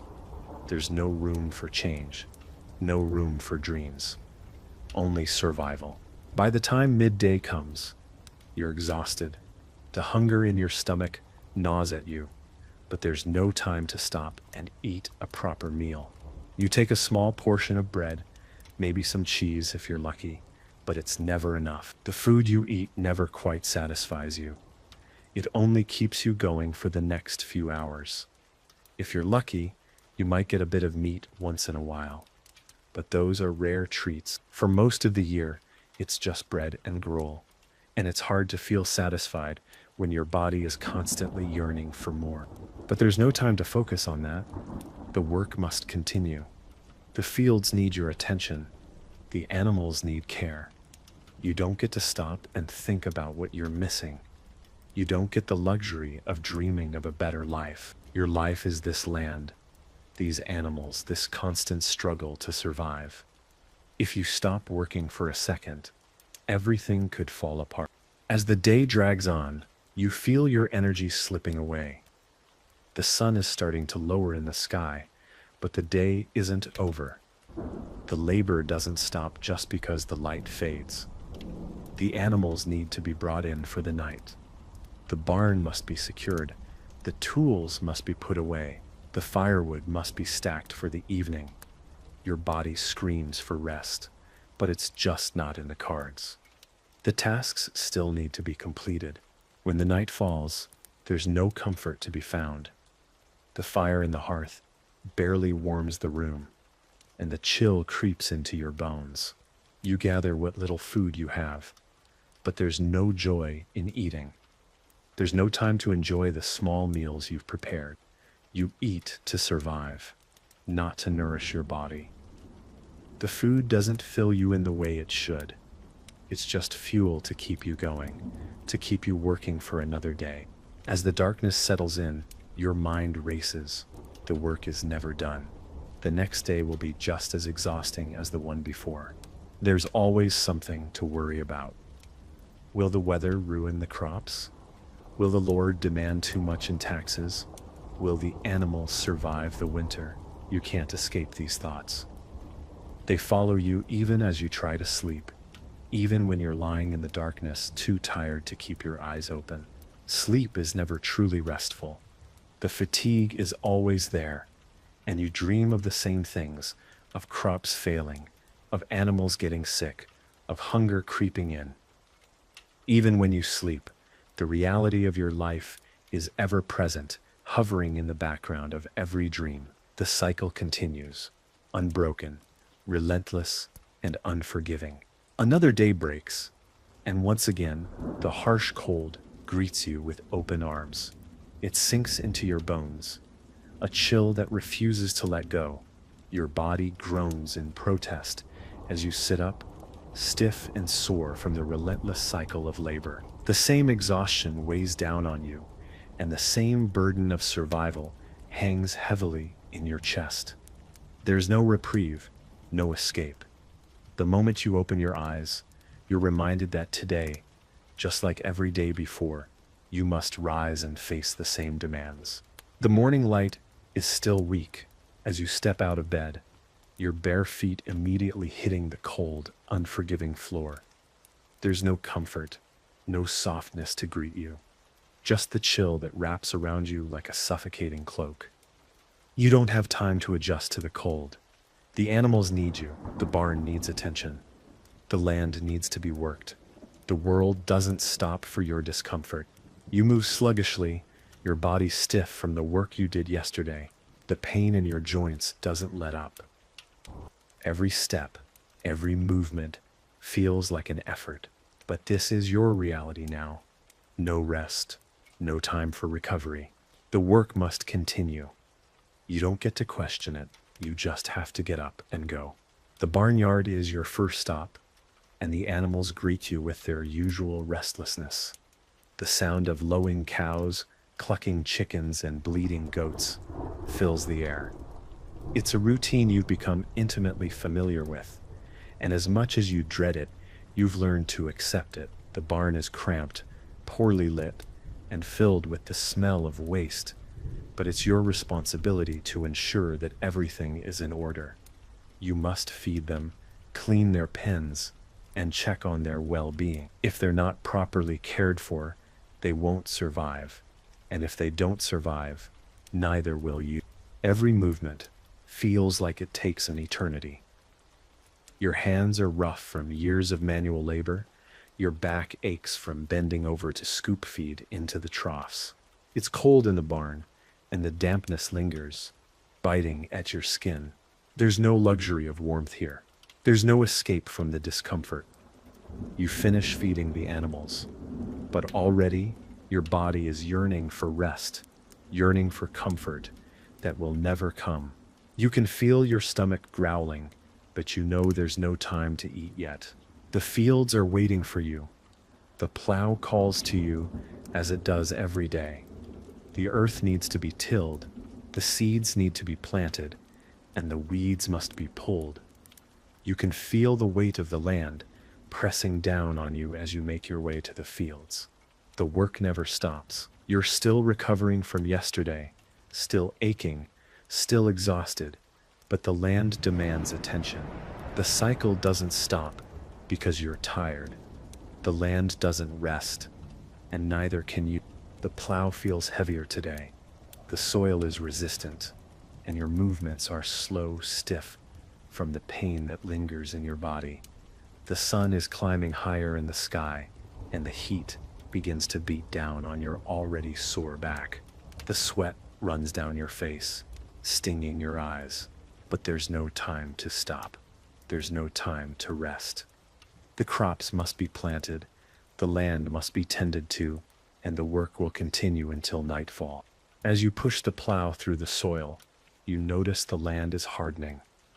The rains have not come in days, and you can already feel the dryness setting in. The plants will struggle to grow in these conditions, but you don't have the luxury of waiting for the perfect weather. You have to work with what you have, and what you have is a plow that doesn't work well, soil that's too dry, and a body that's too tired to continue. But you keep going, because if you don't, the consequences will be dire. You can't afford to fail. The land must provide, or you and your family won't survive the coming winter. By midday, the sun is at its peak, and you are exhausted. Your muscles ache, your back is on fire, and your thirst is unbearable. You've been working for hours, but you can't stop. You eat what you can, maybe some stale bread or a piece of cheese, but it's not enough. You eat because you have to, not because you want to. You can't remember the last time you ate a real meal, one that filled you up and left you satisfied. There's no time to enjoy your food. You shove it in your mouth quickly, chewing in haste. Every bite feels like it's not enough, like it can never fill you up. Hunger is a constant companion, an ache in your stomach that never goes away. The simple foods you eat aren't enough to give you the energy you need to keep going, but it's all you have. It's all you can afford. The afternoon brings more work. The weeds are taking over, and you have to clear them before they can choke the crops. The weeds are relentless. They grow faster than you can pull them, and you wonder if you'll ever catch up. The land is unforgiving. Every weed that sprouts, every pest that invades, is one more obstacle to your survival. You pull at the weeds, but they seem to keep growing back, faster than you can keep up. The battle never ends. By the time the sun begins to set, you're barely holding on. Your body is a mess of aches, and your mind is foggy from exhaustion. You've worked all day through the heat, the cold, the aching muscles, and the hunger, and you're still not done. The day's work is far from over. The animals must be brought in for the night, the barn must be secured, and the remaining chores must be completed. The evening feels like a hollow victory. The work continues, and your body protests, but you push through. You finish what you can, but there's always something else to do. When you finally collapse into bed, you're physically exhausted, but your mind is still racing. The day is over, but the next one is already waiting for you. Tomorrow will be just like today. Another round of grueling labor, another day of survival. Your body aches for rest, but sleep is never peaceful. It's full of dreams about the fields, the crops, the animals, and the endless cycle of work. You wake up already tired, knowing that tomorrow will be another day of the same struggle. The day breaks, and once again, the chill of the morning greets you like an old familiar foe. The same cold stone floor meets your feet as you rise from the bed that barely offers comfort. Your back is stiff from the previous day's labor, your joints creaking under the pressure of another day of work. Your body feels the strain of every single action you've done for weeks, months, years. The weight of it all presses on your body, and yet you know there is no room for weakness. The first task of the day, feeding the animals, comes just as it always has. You stumble through the cold, your breath visible in the frosty morning air, your hands already feeling the biting chill as you begin to feed the livestock. Chickens cluck impatiently at the sight of you, the cows low and steady in their stalls, and the goats, ever restless, start bleating as they wait for their morning meal. They need to be fed, and you're the one responsible for making sure that happens. But as you care for them, you notice the toll this life has taken on you. Your hands are calloused, your fingertips cracked and raw from years of working with rough tools, dirty ropes, and wooden fences. Your muscles ache, each stretch or turn bringing discomfort. You've long stopped thinking about the pain, but it's always there, lingering just beneath the surface. And yet, you can't stop. Your family relies on the animals for food. Your life depends on them. The barn is cold and dark, the smell of manure and hay heavy in the air. But there's no room for sentimentality in these moments. The tasks are urgent. Get them fed, get them watered, check on them for illness. One sick animal could mean losing your food supply, and that's something you can't afford. Once the animals are taken care of, your attention shifts to the fields. They beckon you, their endless expanse demanding your presence. The work doesn't wait. The crops don't care if you're tired or sore. The plow must be dragged through the soil. The weeds must be pulled. The seeds must be planted. The sun is already rising higher, and you can feel it on your back, but it doesn't offer comfort. The land doesn't care about you. The land only cares about being worked. As you take the first steps into the fields, the familiar aches set in. The weight of the plow pulls at your shoulders, and you push forward, feeling the stiffness in your body with each step. The soil feels rough beneath the plow, more difficult to break than it should be, and each pull feels like it takes longer than the last. The land is never easy. It resists your efforts, punishes your attempts to tame it. You're trying to turn the soil, to prepare it for the planting of seeds, but the earth is stubborn. Every step of the way, the sun beats down harder. Your hands, now used to the grip of the plow, begin to blister under the pressure, but you don't stop. You can't stop. The weather is unpredictable, and each day spent working in the fields is another gamble. Will it rain enough? Will the frost hit too soon? The slightest change in the weather could mean disaster, and disaster means hunger, a hunger that could make your entire family suffer. Your back aches from hours of bending over, your arms are sore from pulling the heavy plow, and your legs feel like lead, but you keep going. You don't have the luxury of complaining. The world moves around you, indifferent to your struggles. The Lord doesn't care that you're exhausted. The crops don't care that you're sick. The rain will fall when it falls, and the sun will scorch when it does. You, however, must work in whatever conditions you face. By midday, the sun is at its highest point, and the exhaustion is beginning to take its toll. Your stomach growls, a gnawing emptiness that's always present, but never fully satisfied. You eat quickly, bread, maybe cheese, but nothing more substantial than what you've always had. There's no joy in eating. It's simply fuel for the next task. There's no sitting down and enjoying a meal. Every bite feels rushed. You finish eating, and the work continues. The heat is unbearable now. Your skin's slick with sweat, but there's still so much left to do. Weeds are already beginning to creep in, and the ground is drying out, cracked and stubborn. If the rains don't come soon, your crops might not make it. The soil doesn't care how much you've worked, how much you've suffered. The crops must be tended to, whether the land is cooperating or not. The weeds are relentless. No matter how hard you work, they seem to keep growing.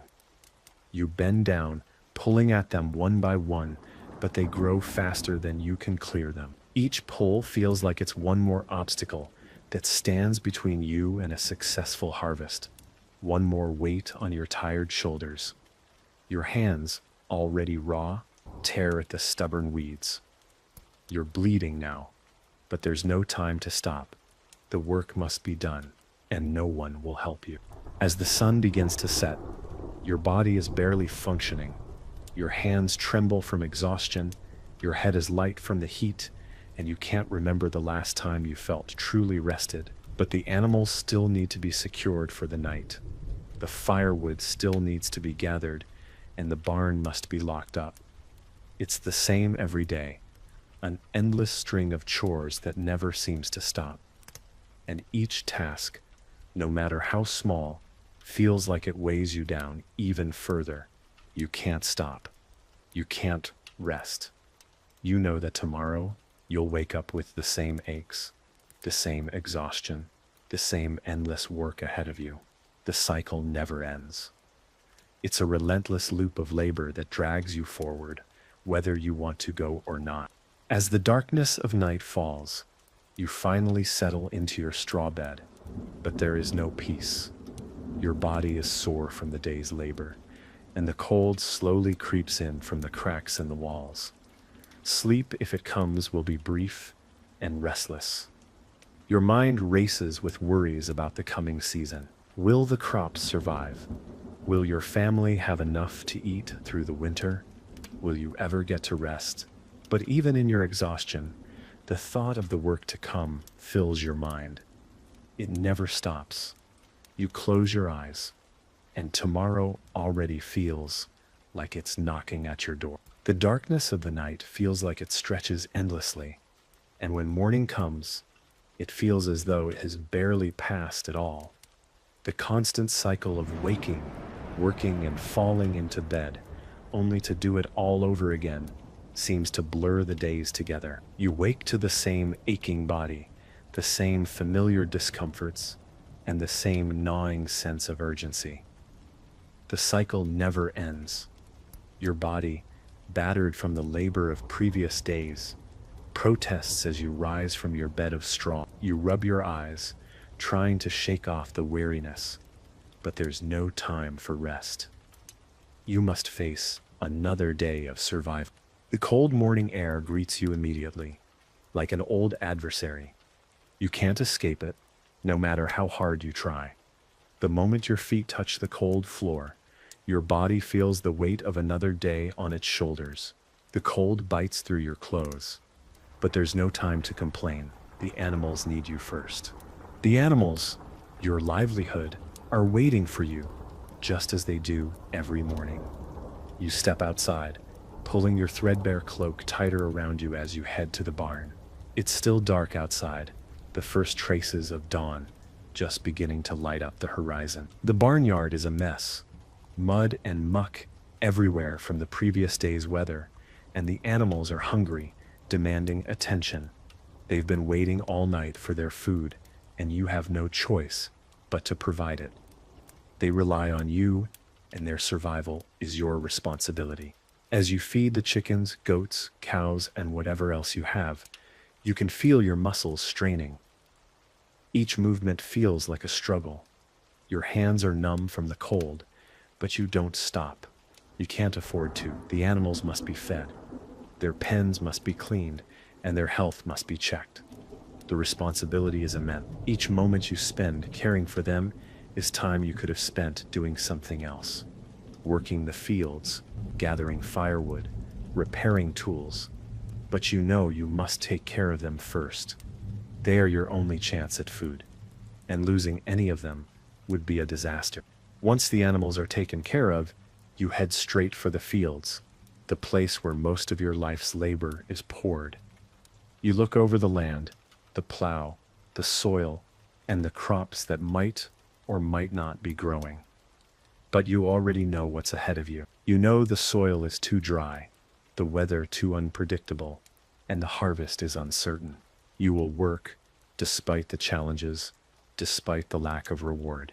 You know the work must be done whether the earth gives you something in return or not. The plow is in the same state it's been in for years, rusty, worn down, and barely functional, but it's all you have. The earth feels like a beast that doesn't want to be tamed. You shove the plow forward, gritting your teeth against the soreness that seems to increase with every pull. The soil is stubborn today.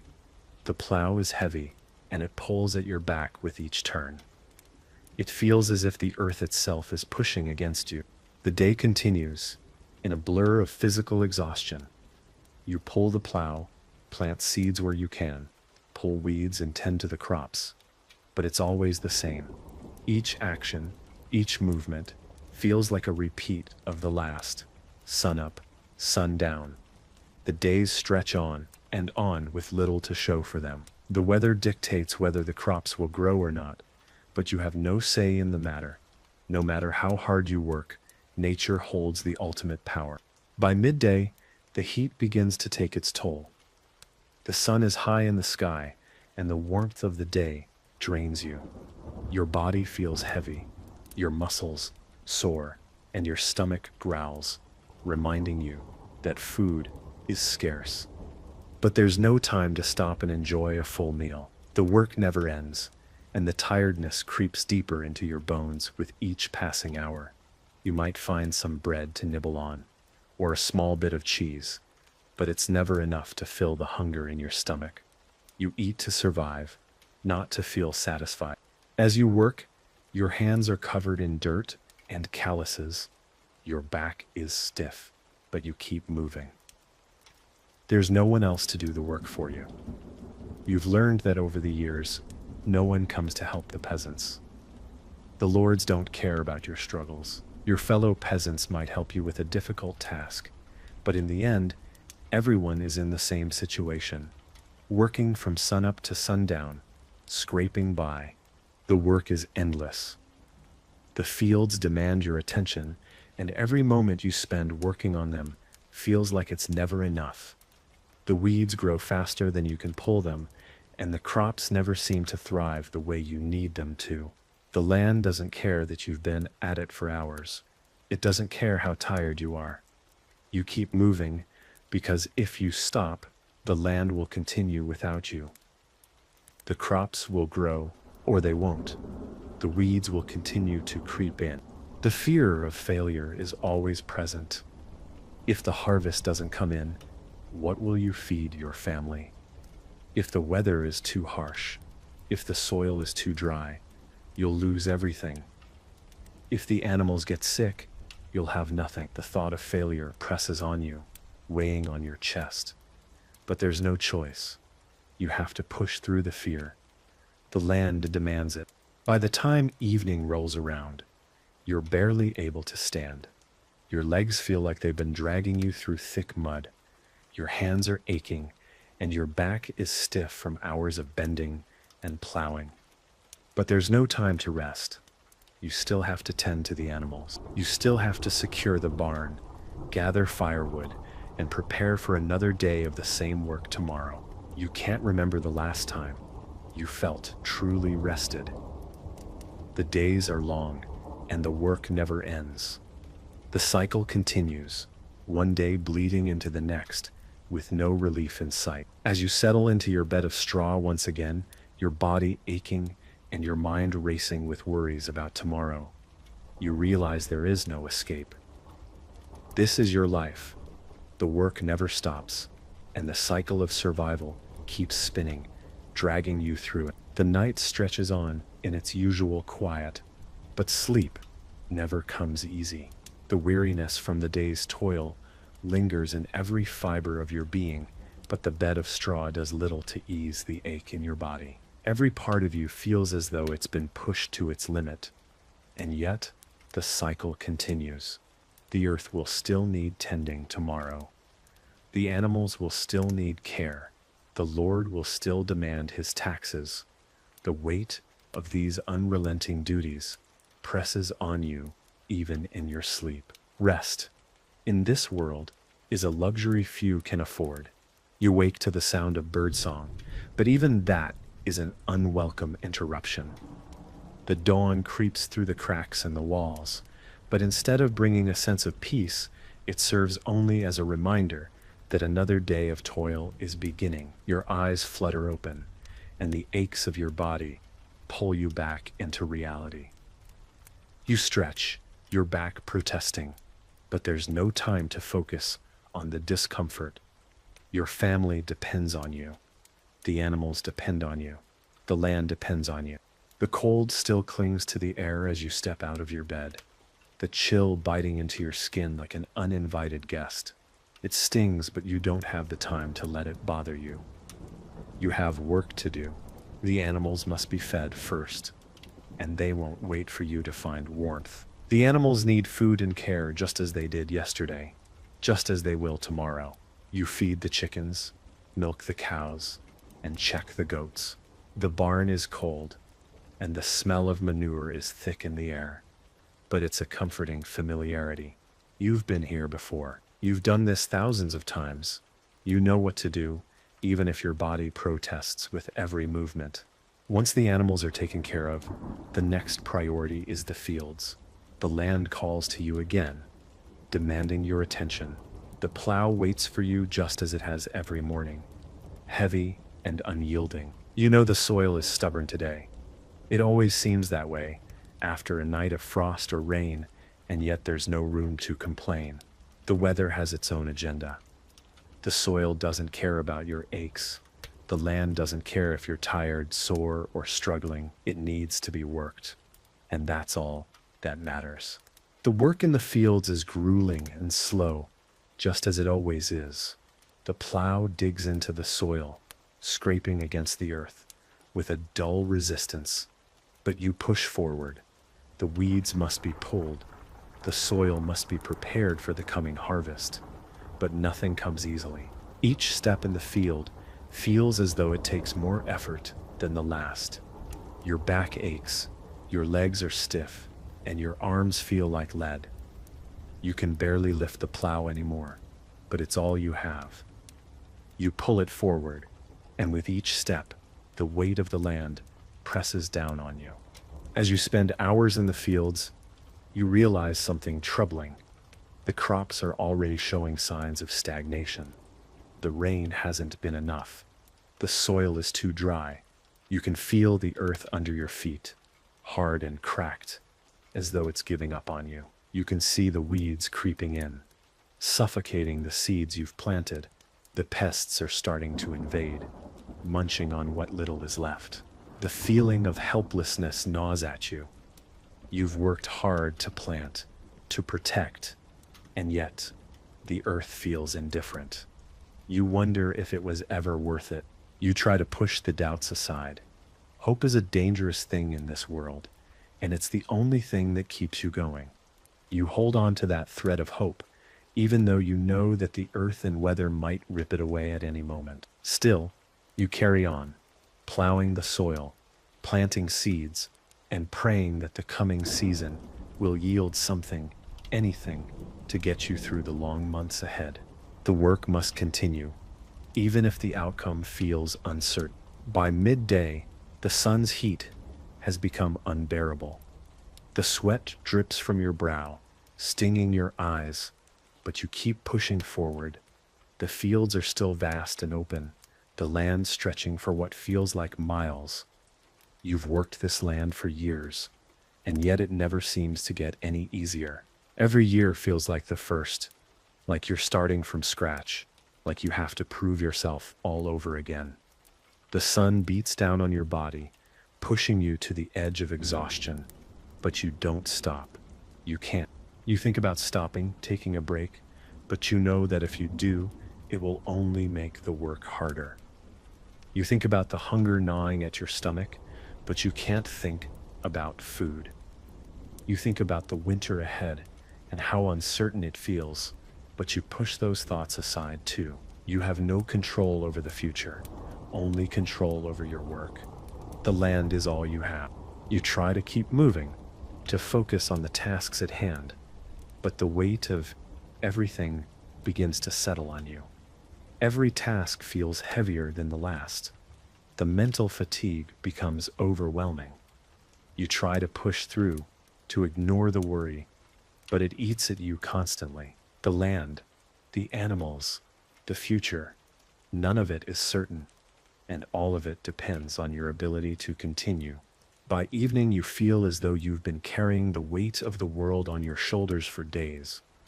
You gather the last of the firewood, secure the animals for the night, and head back to your hut, feeling every step like a mountain to climb. The darkness of night settles over the village, and you realize there is no escaping it. The work is never done. The burden is never lifted. As you settle into your bed of straw, your muscles scream in protest. But even as you lie down, there's no peace. Your body might be resting, but your mind never fully shuts off. You know tomorrow will be the same. You'll get up, feed the animals, tend to the fields, and repeat the process again. There's no relief. There's no sense of accomplishment. You're caught in a cycle that never breaks, a never-ending loop of survival. The only thing that changes is the year, the seasons, the weather, and the conditions outside. The dawn breaks again, and with it comes the familiar aching in your body. It's the same as it's been for years. The same tiredness in your bones, the same stiffness in your joints, the same weight in your chest.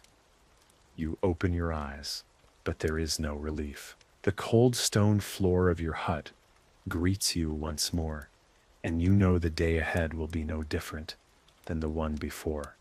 You know there's no way to escape it. There's no way to stop. The cycle of work and survival never ends. As you stand up from your straw bed, your muscles groan under the weight of another day of labor.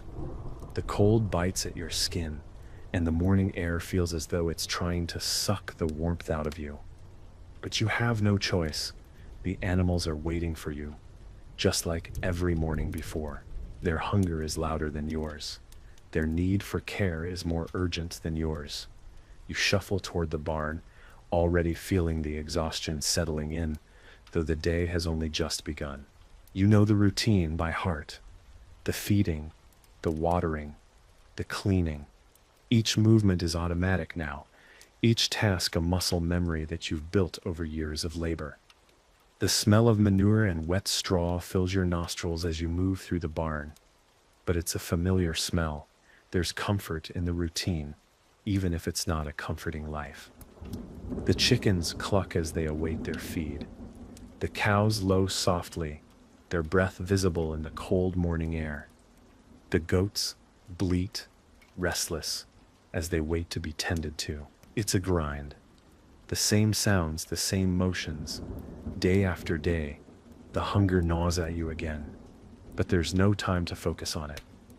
Your hands are rough and tired, your legs feel like they're made of lead, but the work has to be done.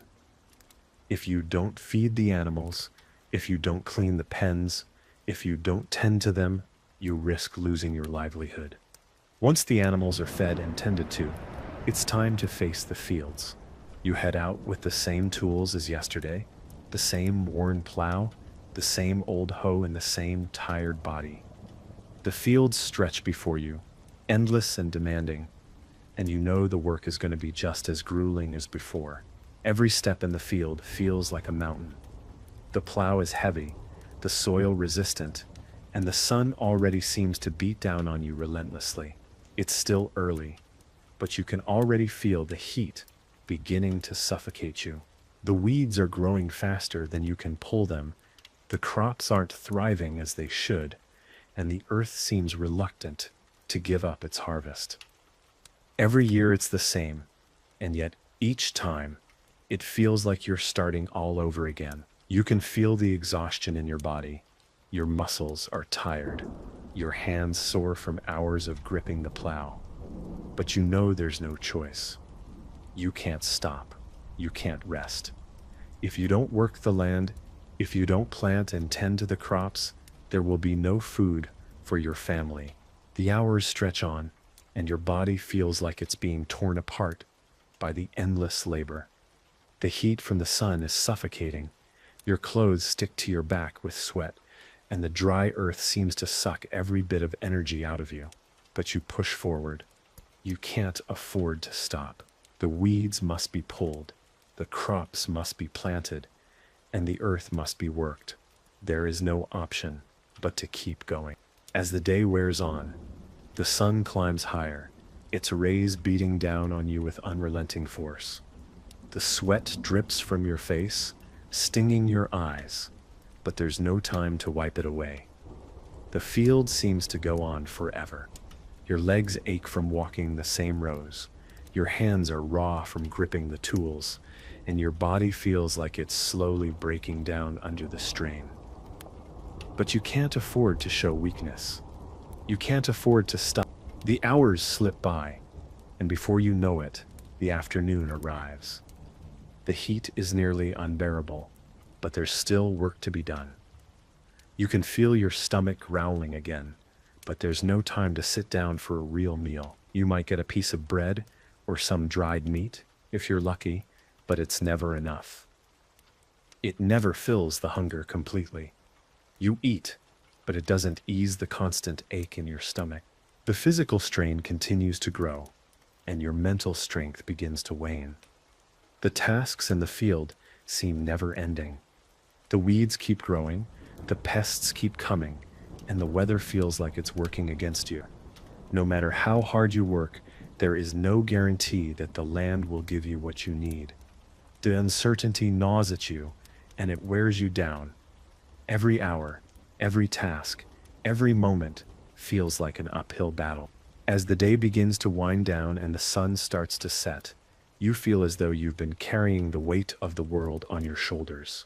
The day is not over, though. There are still animals to be cared for, fences to be checked, and tools to be put away. The day never ends, and neither does the work. You trudge back to your hut, your body screaming for rest, but your mind keeps racing. What will tomorrow bring? Will the crops survive? Will the Lord demand more than you can give? Will your family have enough food to make it through the year? These thoughts swirl around in your mind, but there is no answer. The future is just as uncertain as the present. When you finally settle into your bed at night, your body aching and your mind restless, you know that tomorrow will be more of the same. The same exhausting labor, the same endless cycle of work and survival. But in this life, there is no room for rest. There is only the land, the animals, and the unforgiving reality that never lets go. In the medieval world, Education for a peasant is almost non-existent. The concept of formal schooling is reserved for the children of nobles and clergy, those who have the wealth and leisure to afford such luxuries. For you, education is about survival and learning how to work the land, tend to the animals, and navigate the difficulties of your day-to-day life. Your literacy, if you can call it that, is likely limited to being able to recognize simple symbols, or perhaps make your mark on a document. Reading and writing are far beyond your reach. The ability to read is a skill that's almost entirely reserved for those within the church or noble class. Monks and priests are the only ones who can read the Bible or keep hidden records. If you as a peasant need to sign something, say a contract or a record of work, it's often with an X or a symbol. Literacy is simply not necessary for the life you live. Instead, you learn everything through experience. You watch your parents, your neighbors, and the older members of your village. The education you receive is practical and hands-on. You learn how to plant seeds, harvest crops, milk cows, and repair the fences and tools. Your knowledge comes from the work you do, passed down to you through the generations. There's no formal teacher, only the land, the animals, and the needs of the family. Religion is a different matter. The church is the one place where education does take place, but it's religious in nature. You may learn the prayers and basic Christian doctrines, though much of this knowledge comes through repetition, not deep understanding. The priest reads from the Bible, and you, the peasant, listen. Sometimes the priest may teach you how to say the prayers or offer advice on life, but that's where the depth of your education ends. The idea of mathematics is probably limited to counting heads in the family, measuring how much grain you have in your store, and perhaps understanding basic trade transactions at the market. Arithmetic, in the academic sense, is a luxury you don't have time to learn. If you need to know something about numbers, you learn it from experience, like how to keep track of goods, how many bushels of grain you've harvested, or how much to charge at the market for a piece of cloth or an animal. While the clergy might offer some form of education, it is primarily focused on preparing you to be a good Christian, an obedient, hard-working servant of God. Books are rare and expensive, so the majority of knowledge is oral, passed down through the generations. Folk wisdom, learned through trial and error, is more valuable to you than any textbook. In the medieval world, the concept of a social life is tied to the land and the community. As a peasant, your existence is centered around survival, work, and family. The social connections you have are shaped by your need for cooperation and mutual support. There's little room for leisure, but there's still a vital need for the bonds that hold the village together. Most of your interaction happens within the small community where you live. Village life is simple and structured, built on the necessity of working together for the good of everyone. A typical village consists of a few dozen peasants, all working the same land and subject to the same rules. Everyone knows each other's struggles, their joys and their hardships. Your life is intertwined with theirs because, in reality, you all depend on one another. You rarely leave the village, let alone travel far. The idea of travel is a distant one for you. If you do leave, it's often to visit another village or for something like a market day or a religious festival. Your social connections are local. You'll interact with the same handful of people day in and day out. Socializing doesn't come easily. Your days are consumed by back-breaking labor, tending animals, plowing fields, or fixing fences. But on rare occasions, when the harvest is over or a feast day arrives, there are moments where the community comes together. These are the moments where you can share a meal and perhaps even a laugh. But these moments are few and far between. The work of survival is always lurking. Religious gatherings are one of the few breaks in your otherwise isolated life. The church is where your social connections are most often found. The priest may not be the most accessible figure in your life, but he's central to the community. Most important events, from births to marriages to deaths, are marked by the presence of the priest. He may not offer much in the way of worldly knowledge, but he provides the spiritual foundation for everything that happens in your world. On feast days and holy days, the village might come together to celebrate in the church or around the fire, but these moments don't last long. There's too much to do, too many responsibilities to handle, and rest is a luxury. A social life, in the modern sense, doesn't really exist for you. But even amidst the grind of daily existence, your community can be a source of support. When disaster strikes, when a crop fails, or an animal falls sick, your neighbors will pitch in to help.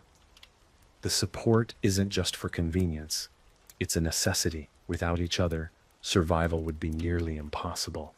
Cooperation is the key to making it through.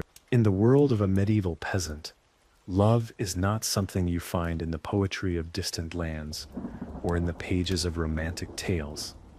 It's not a fairy tale that sweeps you off your feet, but a practical bond rooted in the reality of survival. For most peasants, love is a concept that exists not in grand gestures or long courtships, but in the shared labor and struggle of everyday life. It's tied to survival, duty, and necessity, far more than to affection or passion. By the time you reach the age of early adulthood, your marriage is often something that's arranged by your parents, or at the very least heavily influenced by the circumstances of your community and your family's needs. In many ways, love in medieval times, for peasants, is intertwined with the idea of practicality and security. There is little opportunity for a young peasant to choose their partner based on personal preference or romantic attraction. In fact, the majority of people marry because it is a necessity, not just for procreation, but for economic survival. The primary reason to marry is to ensure cooperation in work and to help maintain the family unit. Marriage is about ensuring that there is someone to help you with the demanding labor of farm life. A young couple may marry because they both have labor to offer, and together they can better survive the daily grind. With both parties working, there's more manpower to work the fields, care for the animals, and raise children. In a world where survival is never guaranteed, these practical aspects of marriage take precedence. Though passion and affection may grow over time, love is something that develops more slowly in these marriages, forged through the shared hardships and intimate collaboration required to survive. The bond that forms is one of deep respect and mutual reliance, rather than the passionate kind of love we imagine today. However, even in the absence of romantic love, many peasant marriages foster a different, often stronger form of connection, one built on shared hardship and enduring strength. Once the initial practical steps are taken, such as agreeing on a union, the next phase involves religious rituals. The local priest will marry you in a small church ceremony, which might include prayers and blessings, but there's little fanfare. The ceremony is a religious and legal matter, often just a formality to legitimize the union and ensure that the couple has God's blessing in their endeavors. The local priest may offer a few words of wisdom or advice, but the real bonding happens outside the walls of the church, in the fields, in the home, and in the shared work of everyday life. The dowry system is also an essential part of this process. The bride's family may provide a small sum of money, animals, or land to the groom's family. These arrangements, though seemingly transactional, also reflect the family's ability to contribute to the agricultural labor and survival of the household. The concept of romantic love is not so important as ensuring that both families are equally invested in the relationship for mutual benefit. In terms of intimacy, it is expected that once married, the couple will start having children relatively soon. Children are essential for the continuation of the family unit, and the more children you have, the more hands there are to help with the labor.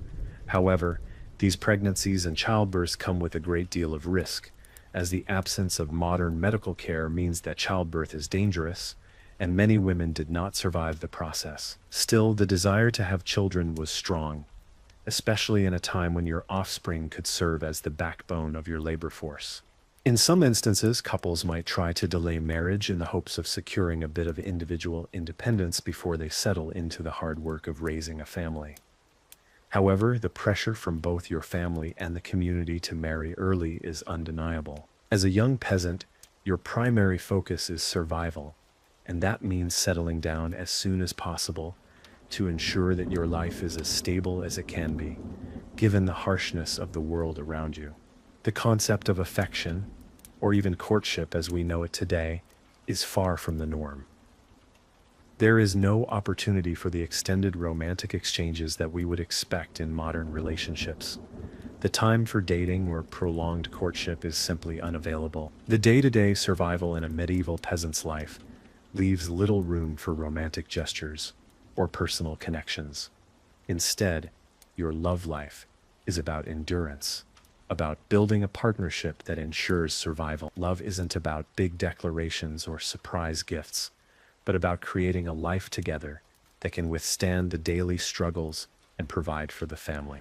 Though the idea of romantic love might be a distant one for you, there are moments of tenderness in relationships, like the shared smiles when you both get the harvest in, or the quiet contentment in the evenings after the children are asleep, when you both sit by the fire exhausted but together.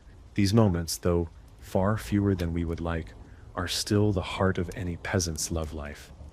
They are the simple joys born from the resilience required to make it through life. In the harsh, unrelenting world of a medieval peasant, medicine is nothing more than a distant fantasy. The idea of modern healthcare, doctors, and advanced treatments doesn't even begin to enter the picture. Your survival depends more on luck, herbs, and the community than it does on any sort of scientific or medical understanding. This is a world where sickness is often treated as a curse or divine punishment, and injuries can easily lead to death due to lack of proper care. For the majority of peasants, if someone in the household falls ill, there's no one to turn to except for the local healer, who might be a wise woman, an elder, or occasionally a traveling herbalist. These individuals have limited knowledge, often passed down through generations. Herbs like sage, chamomile, or willow bark are used to treat simple ailments, headaches, stomach problems, or mild fevers.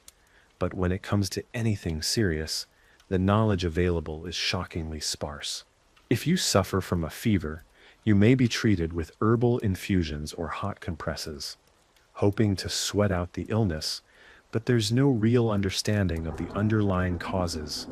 Germs, bacteria, and viruses remain completely unknown. The medieval mind attributes many illnesses to supernatural forces, like divine punishment for sin or the influence of evil spirits. In some villages, you might even be taken to a priest to pray for healing, as religion is seen as having greater power than anything earthly, including medicine. The community, however, provides a form of care in itself.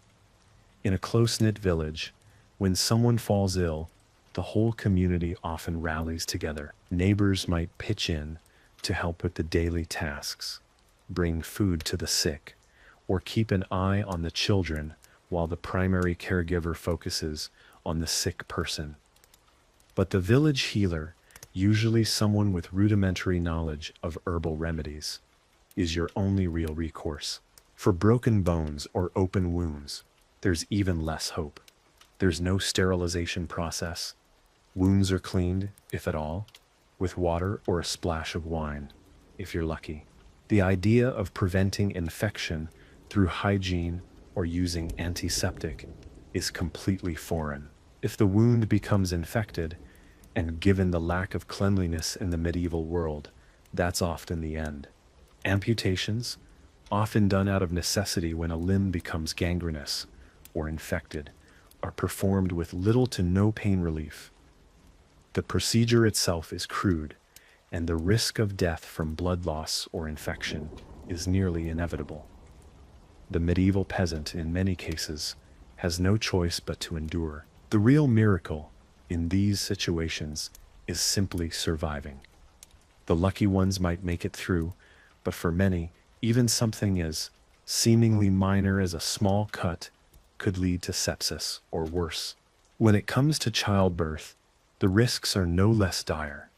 Many mothers die during or after labor from hemorrhages, infections, or childbed fever, and the same goes for babies. Childbirth is dangerous, and without modern medical care, the odds are stacked against women in the village. Midwives, usually experienced older women, are the primary caregivers during labor, but even they have only basic knowledge of the process. If things go wrong, there's little to be done. Sometimes, women who've experienced multiple births in their lives become accustomed to the process and might have a higher chance of surviving, but for the most part, childbirth is a gamble. The fear of illness and death from disease is always hovering, especially during plague seasons. During outbreaks of plague, like the Black Death, your world is turned upside down. Entire villages can be wiped out within weeks, and there is no understanding of how the disease spreads. Quarantines and isolation are the only methods used to try to prevent the disease from spreading. But more often than not, the sickness spreads faster than anyone can react. Pestilence is seen as an act of God or a consequence of sin, and you're left with little to no options for recovery. Even something as simple as a cold or the flu could result in death, as there are no remedies to boost the immune system or fight off infections. Most illnesses simply have to run their course, and if the body is weak, if there's no food, if the environment is harsh, the result is often death. Coughing, fever, and muscle aches are symptoms, and you may try to cure them with herbs or rest, but there's no guarantee that you'll survive the sickness. This lack of medicine breeds a deep fear in every peasant, especially as you get older. You know that a serious illness could mean death, and there's little you can do about it. You don't know if the fever that comes on one night will pass, or if it's the beginning of something worse.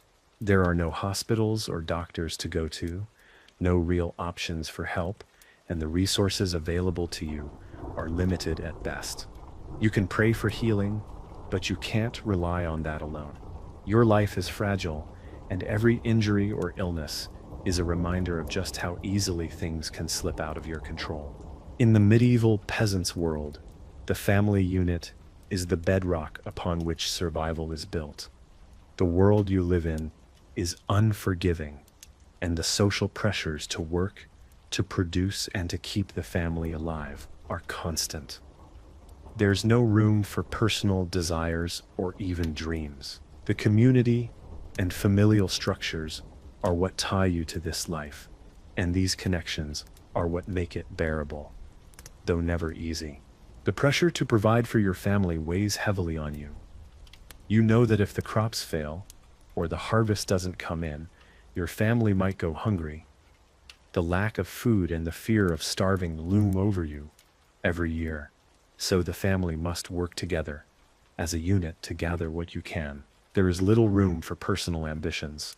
Instead, your ambitions are aligned with keeping the family alive and, if possible, ensuring a better future for the next generation. Parents, especially fathers, are focused on raising children who will one day take over the responsibility of the land, ensuring that the cycle of work, survival, and inheritance continues. The family is the primary source of support in the medieval world. In a village of peasants, where every hand is needed, there's no such thing as a truly individual life. From a very young age, you are trained to help with the work. Your parents teach you the skills needed to survive, often starting when you are just a child. It is expected that you, along with your siblings, will help with everything from tending animals to collecting firewood to working the land. Your father might take you out into the fields to teach you how to plow, and your mother will show you how to milk cows, churn butter, or weave wool. Work is your education, and survival depends on how well you can perform those duties. If you are not contributing, it directly affects the family's survival, and that's a social responsibility you cannot escape. The Lord, though distant, plays a significant role in your life. While peasants rarely interact with their lords, their presence looms large in everyday life. The Lord's tax demands are a constant source of stress. Your survival depends on the success of your crops and livestock, and yet, much of what you grow and raise will be given to the Lord. Taxes might take up to half of your harvest. You must work for yourself, for your family, and also for the Lord's benefit, with no benefit in return except for the right to stay on the land you tend. This arrangement might seem unfair, but there's little you can do. The Lord's word is final, and to defy him is to risk losing your livelihood, or worse. If your taxes aren't paid, the Lord might take your land, your animals, or force you into servitude. These are the risks you face every year. The community solidarity in the medieval village is what keeps you going. If a neighbor's barn burns down, you are expected to pitch in and help rebuild. If someone is sick, the village will come together to bring food, take care of chores, and share what little they have. It's not out of generosity alone, but out of necessity. If the community fails to come together, if any member is allowed to fall, the whole system risks collapse. The bonds that hold people together in the village are not based on deep emotional connections or friendships, but on shared survival. Everyone needs to contribute, and no one can afford to fail. However, these bonds also mean that you are constantly under the scrutiny of your community. People talk. If your family is struggling, the rest of the village will know. If your harvest is poor or your animals are sick, it's a social embarrassment. There is a constant pressure to keep up appearances, to show that your family is strong, hardworking, and productive. Failure is not just a personal issue, it becomes a public one. People will whisper about your poor harvest, or the fact that your children are underfed. The shame of being seen as a failure can weigh heavily, especially when your worth is measured by how much you contribute to the community. When times are tough, the village comes together, not just for the work, but for the support of one another. In times of famine or crop failure, when the cold sets in too early, or the rain fails to fall, everyone in the village feels the strain. There are no quick fixes, no government help. It is up to the community to help each other through. Bartering becomes common in these desperate times. You might trade a few eggs for a loaf of bread, or give some of your extra wool to a neighbor in exchange for help fixing a fence. The relationships within the community often blur between practical cooperation and personal bonds. You might not be able to afford a formal social life, but you do have moments of connection. Sharing a meal, though simple and often scarce, allows you to break the tension of daily work. Gatherings at the church or during the rare moments of feast days provide a small break in the monotony.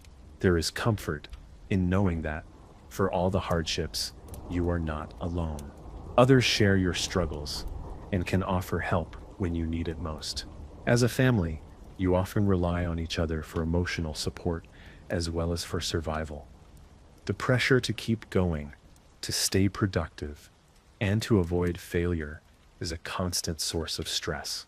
If you fall ill, your spouse and children must take on extra work to keep the household running.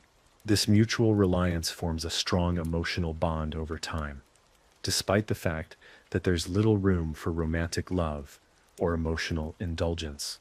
Mutual respect is the foundation of the relationship. It's a world built on necessity. Grief is a constant, unavoidable companion in the life of a medieval peasant. Whether it comes from the death of a loved one, the loss of a harvest, or the endless uncertainty about the future, the emotional toll on your heart and mind is undeniable. The brutal realities of life, the hard work, and the scarcity of resources mean that death is always lurking in the background, ready to strike at any moment. Whether it's an illness that claims the life of a child, or the accident that takes away a family member, the loss is felt deeply. Yet, despite the pain, there's little time to grieve. When someone in the family dies, it is devastating. You might bury them quickly, with only a brief ceremony, but the emotional wound stays with you. There is no space to properly mourn. The loss weighs on your heart, but the world doesn't stop for you. The chores don't stop. The animals still need to be tended to. The crops still need to be harvested. The work never stops, and neither does the pressure to survive. It's in these moments, though, that the resilience of a peasant becomes evident. Despite the grief, despite the heartache, you continue. You get up every day knowing that survival depends on your actions, your hands, your body. You work through the pain, through the exhaustion, through the sorrow. There's strength in this, but it's a strength born of necessity, not choice. The family, the community, and even the land demand it. You don't have the luxury of breaking down. The cycle of life and death continues, and the only choice you have is to endure. Resilience is the backbone of the peasant's existence. It's what keeps you going when everything feels like it's falling apart. The harshness of the world, the constant toil, and the crushing uncertainty of the future make resilience a necessity. It's not a matter of pride or personal glory, it's about survival. And survival requires grit. Through each tragedy, each loss, you continue.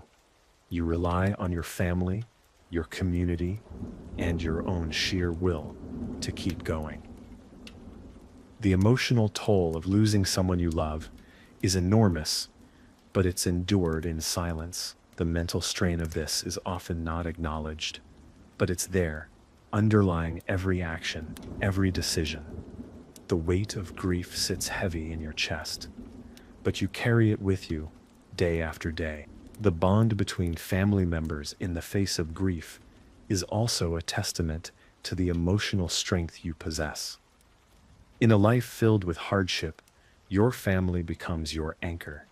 The shared experiences, the shared burdens, create a deep emotional connection that is unspoken but understood. You may not have the luxury of sitting down and talking about your feelings, but you express love through action. You show up for each other when it matters most. You work together, you support each other, and you endure together. That is the essence of peasant love, the love of resilience, of survival, and of community. There's no escape from the mental toll that a life like this takes. The emotional strain wears down on you slowly, over years of hard labor and loss. The suffering of the body takes its toll on the spirit as well. But the strength that comes from this suffering is something you learn to rely on. Over time, you adapt to the constant pressures of life. Your emotions, like your body, grow calloused, not out of indifference, but out of the necessity to keep moving forward. The pain may never go away, but you learn to work through it, to live through it. In the unforgiving world of a medieval peasant, the emotional toll of daily survival is immense. The work, the worry, and the constant fear of failure take their toll on your mental and emotional well-being. Your life is a never-ending cycle of hard labor, with little time to reflect or rest, and the physical exhaustion compounds the emotional strain. As you struggle to survive, you are constantly aware of the precariousness of your situation. Any misstep, any bad weather, or any illness could lead to disaster. Fear is a constant companion. You live with the constant uncertainty that comes with being at the mercy of the land, the seasons, and the Lord. Will the crops come in? Will the taxes be too high? Will there be enough food for your family to make it through the winter? These are the questions you ask yourself every day, and they gnaw at you even when you sleep. The constant worry that the next harvest might fail, or that an illness might strike your family, keeps you awake at night. In a world where survival is always in question, there's little room for peace of mind. Loneliness can also be a factor. Even though you're surrounded by people, the work is so demanding that it leaves little room for personal connection. Your relationships with your fellow villagers are defined by necessity and shared labor, not by friendship or affection. While you might have a strong sense of community, there is a deep emotional isolation that comes with the endless toil. You may go for weeks without speaking to someone outside of your immediate family, and the emotional bonds you have are formed in the trenches of daily life, not through leisure or social interaction. As a peasant, you are constantly aware of your place in the world. You are not a free person in the modern sense. Your life is controlled by the land, by your labor, and by the hierarchical structure that exists around you. The pressure to conform to social norms, to meet the expectations of your community and your family, weighs heavily on your shoulders. There is little room for individuality or personal ambition. You are part of a system that demands your obedience and your work. And yet, despite this emotional strain, there is a strange kind of resilience that grows out of the harshness. Endurance becomes a kind of emotional survival skill. You learn to adapt to the constant pressure, to the exhaustion, to the lack of rest. You learn to accept that tomorrow will likely bring the same challenges as today. The acceptance of the harsh realities of life becomes a key part of your mental strength. There is comfort in routine, even if that routine is one of hard labor and constant concern. You know what's expected of you, and you meet those expectations because failure is not an option. The family unit becomes the emotional anchor in a world that offers few emotional comforts. When your spouse and children help you with the work, there's a deep sense of satisfaction in knowing that you're not facing the challenges alone. The simple act of working together can provide a sense of emotional connection. But even in the best of times, there's still that underlying emotional strain. No matter how hard you work, there's always the constant possibility that something will go wrong. If a storm hits, or if there's a poor harvest, it's not just the physical labor you must face. It's the emotional toll of seeing your hard work go to waste. The sacrifice you've made, the sweat and effort poured into your survival, can feel like it amounts to nothing if disaster strikes. In times of grief, such as when a family member dies, the emotional toll can be overwhelming. Death is never far away in a peasant's life. Children are particularly vulnerable, and the loss of a child to illness, accidents, or poor living conditions is tragically common. Even when a loved one survives infancy, the death of a child or a spouse leaves a deep emotional wound. The emotional strain of dealing with loss in an environment where you are already stretched thin can seem insurmountable. The absence of mourning rituals, as we know them today, compounds this. While there might be a church service or a quiet funeral for the deceased, the focus is not on personal grief. There's little time to grieve. There is still work to be done. The body may be buried quickly, with little ceremony, and the family must move on, even while the emotional pain of losing someone remains.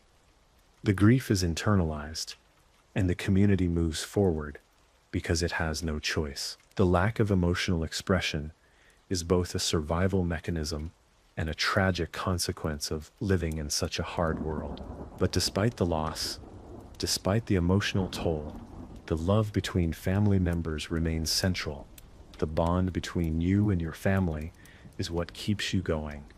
When the days are darkest, when the weather is bleak, and when the crops fail, it's the family that keeps you grounded. Even when you're physically exhausted and mentally worn down, the knowledge that your family depends on you can push you to keep moving. In a medieval peasant's life, the family is not just a social unit, it is the core of existence, a source of emotional resilience, that helps you weather the trials of life.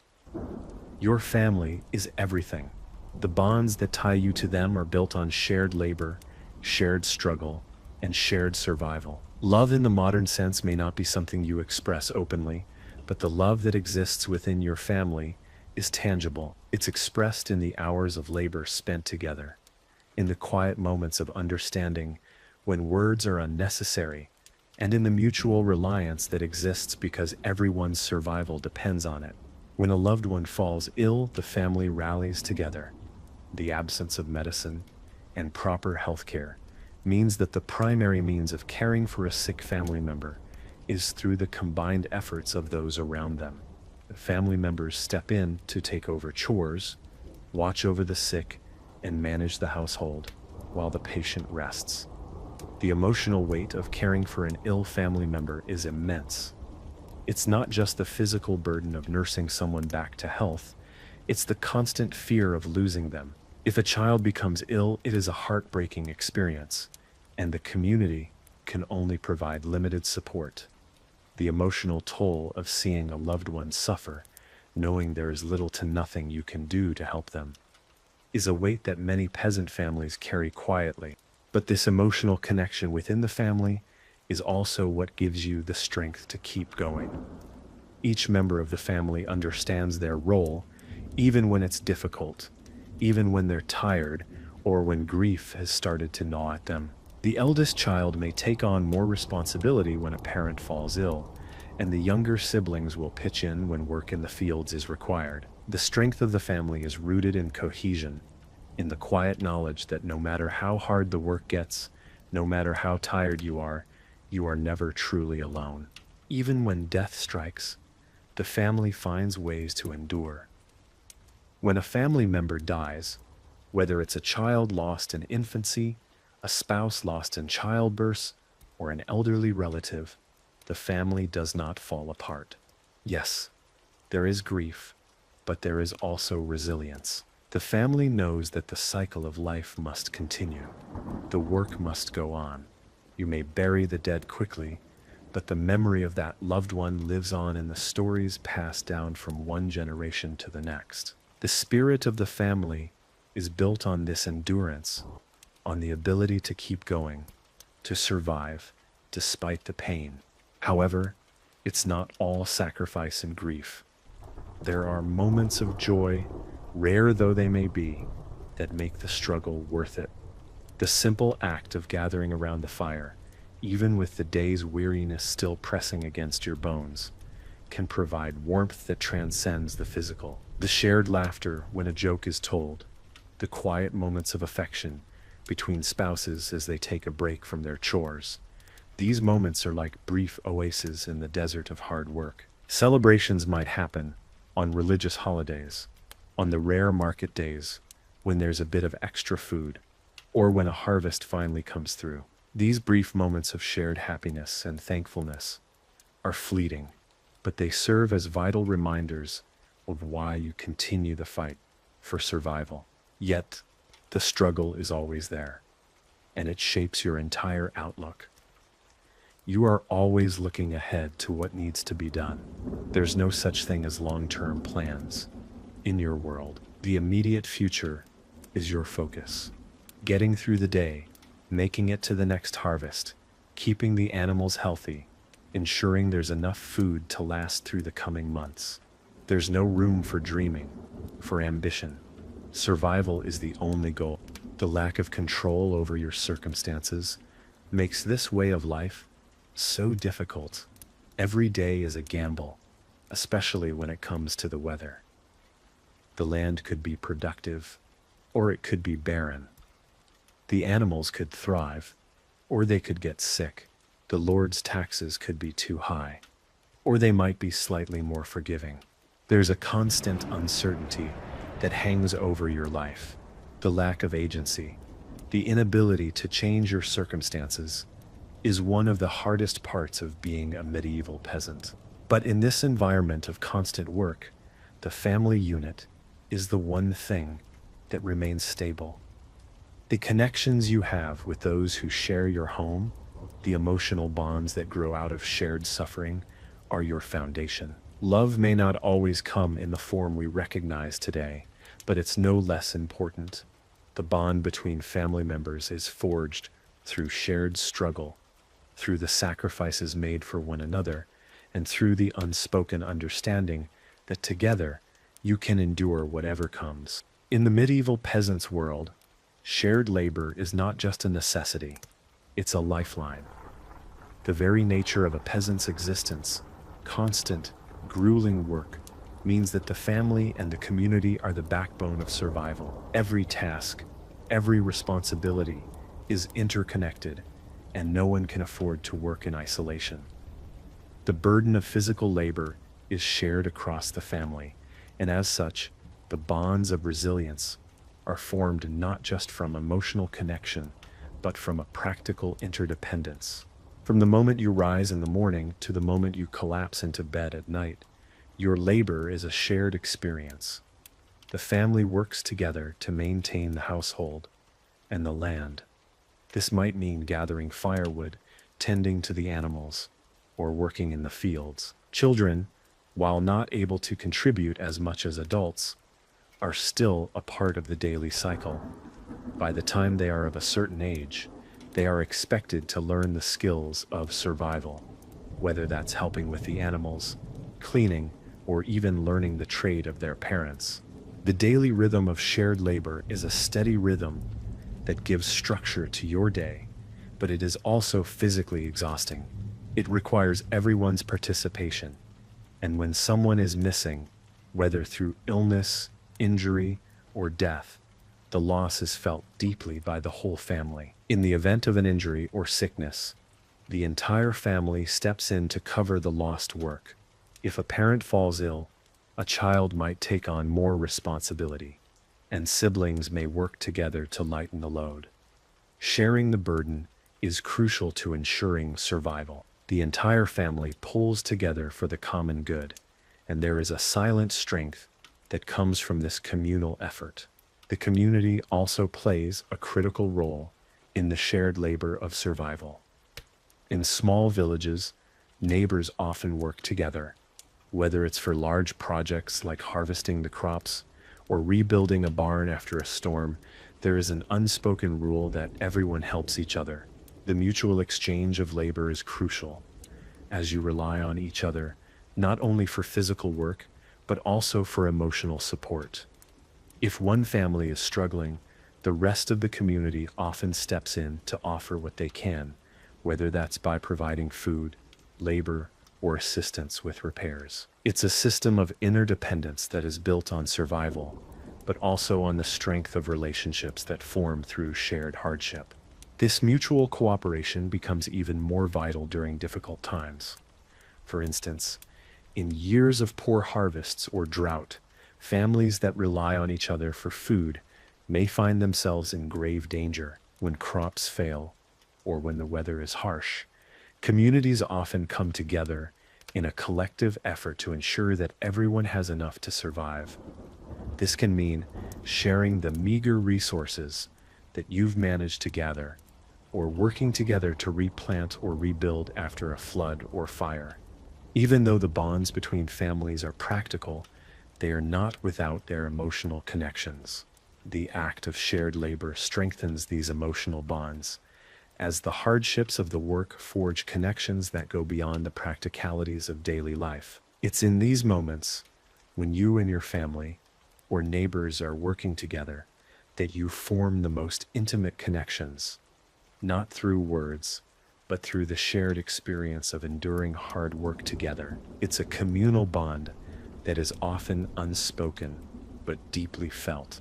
Despite the harsh conditions, there are moments of relief that come from this shared work. Working together in the fields or in the barn, you experience a kind of connection that makes the hard work bearable. At times there's laughter as you share stories, and sometimes these moments are more important than the work itself. In these moments, there's a sense of belonging, a sense that you are part of something greater than yourself, something that transcends the mundane and hard labor. This is where the foundation of your social resilience is built. In the medieval world, where survival was a daily struggle, Faith and religion played a central role in the life of a peasant. When you wake up every morning to face the endless work of tending the fields, caring for the animals, and ensuring the survival of your family, hope and comfort often come from something greater than the material world around you. It's not the promise of wealth, health, or even rest that sustains you. It's the belief that there is a higher power watching over you, a divine presence that offers a sense of purpose and meaning in the midst of hardship. The church is not just a building, but a constant presence in your life. It's a place of spiritual nourishment and a communal hub where peasants gather to receive guidance and solace. The priest is an important figure, not just in religious matters, but in the overall community. His role extends beyond that of a spiritual leader. He's often the one to perform marriages, baptisms, and funerals. He may also provide comfort to families in times of grief, sickness, or uncertainty. The church serves as a unifying force in the village, especially during times of crisis.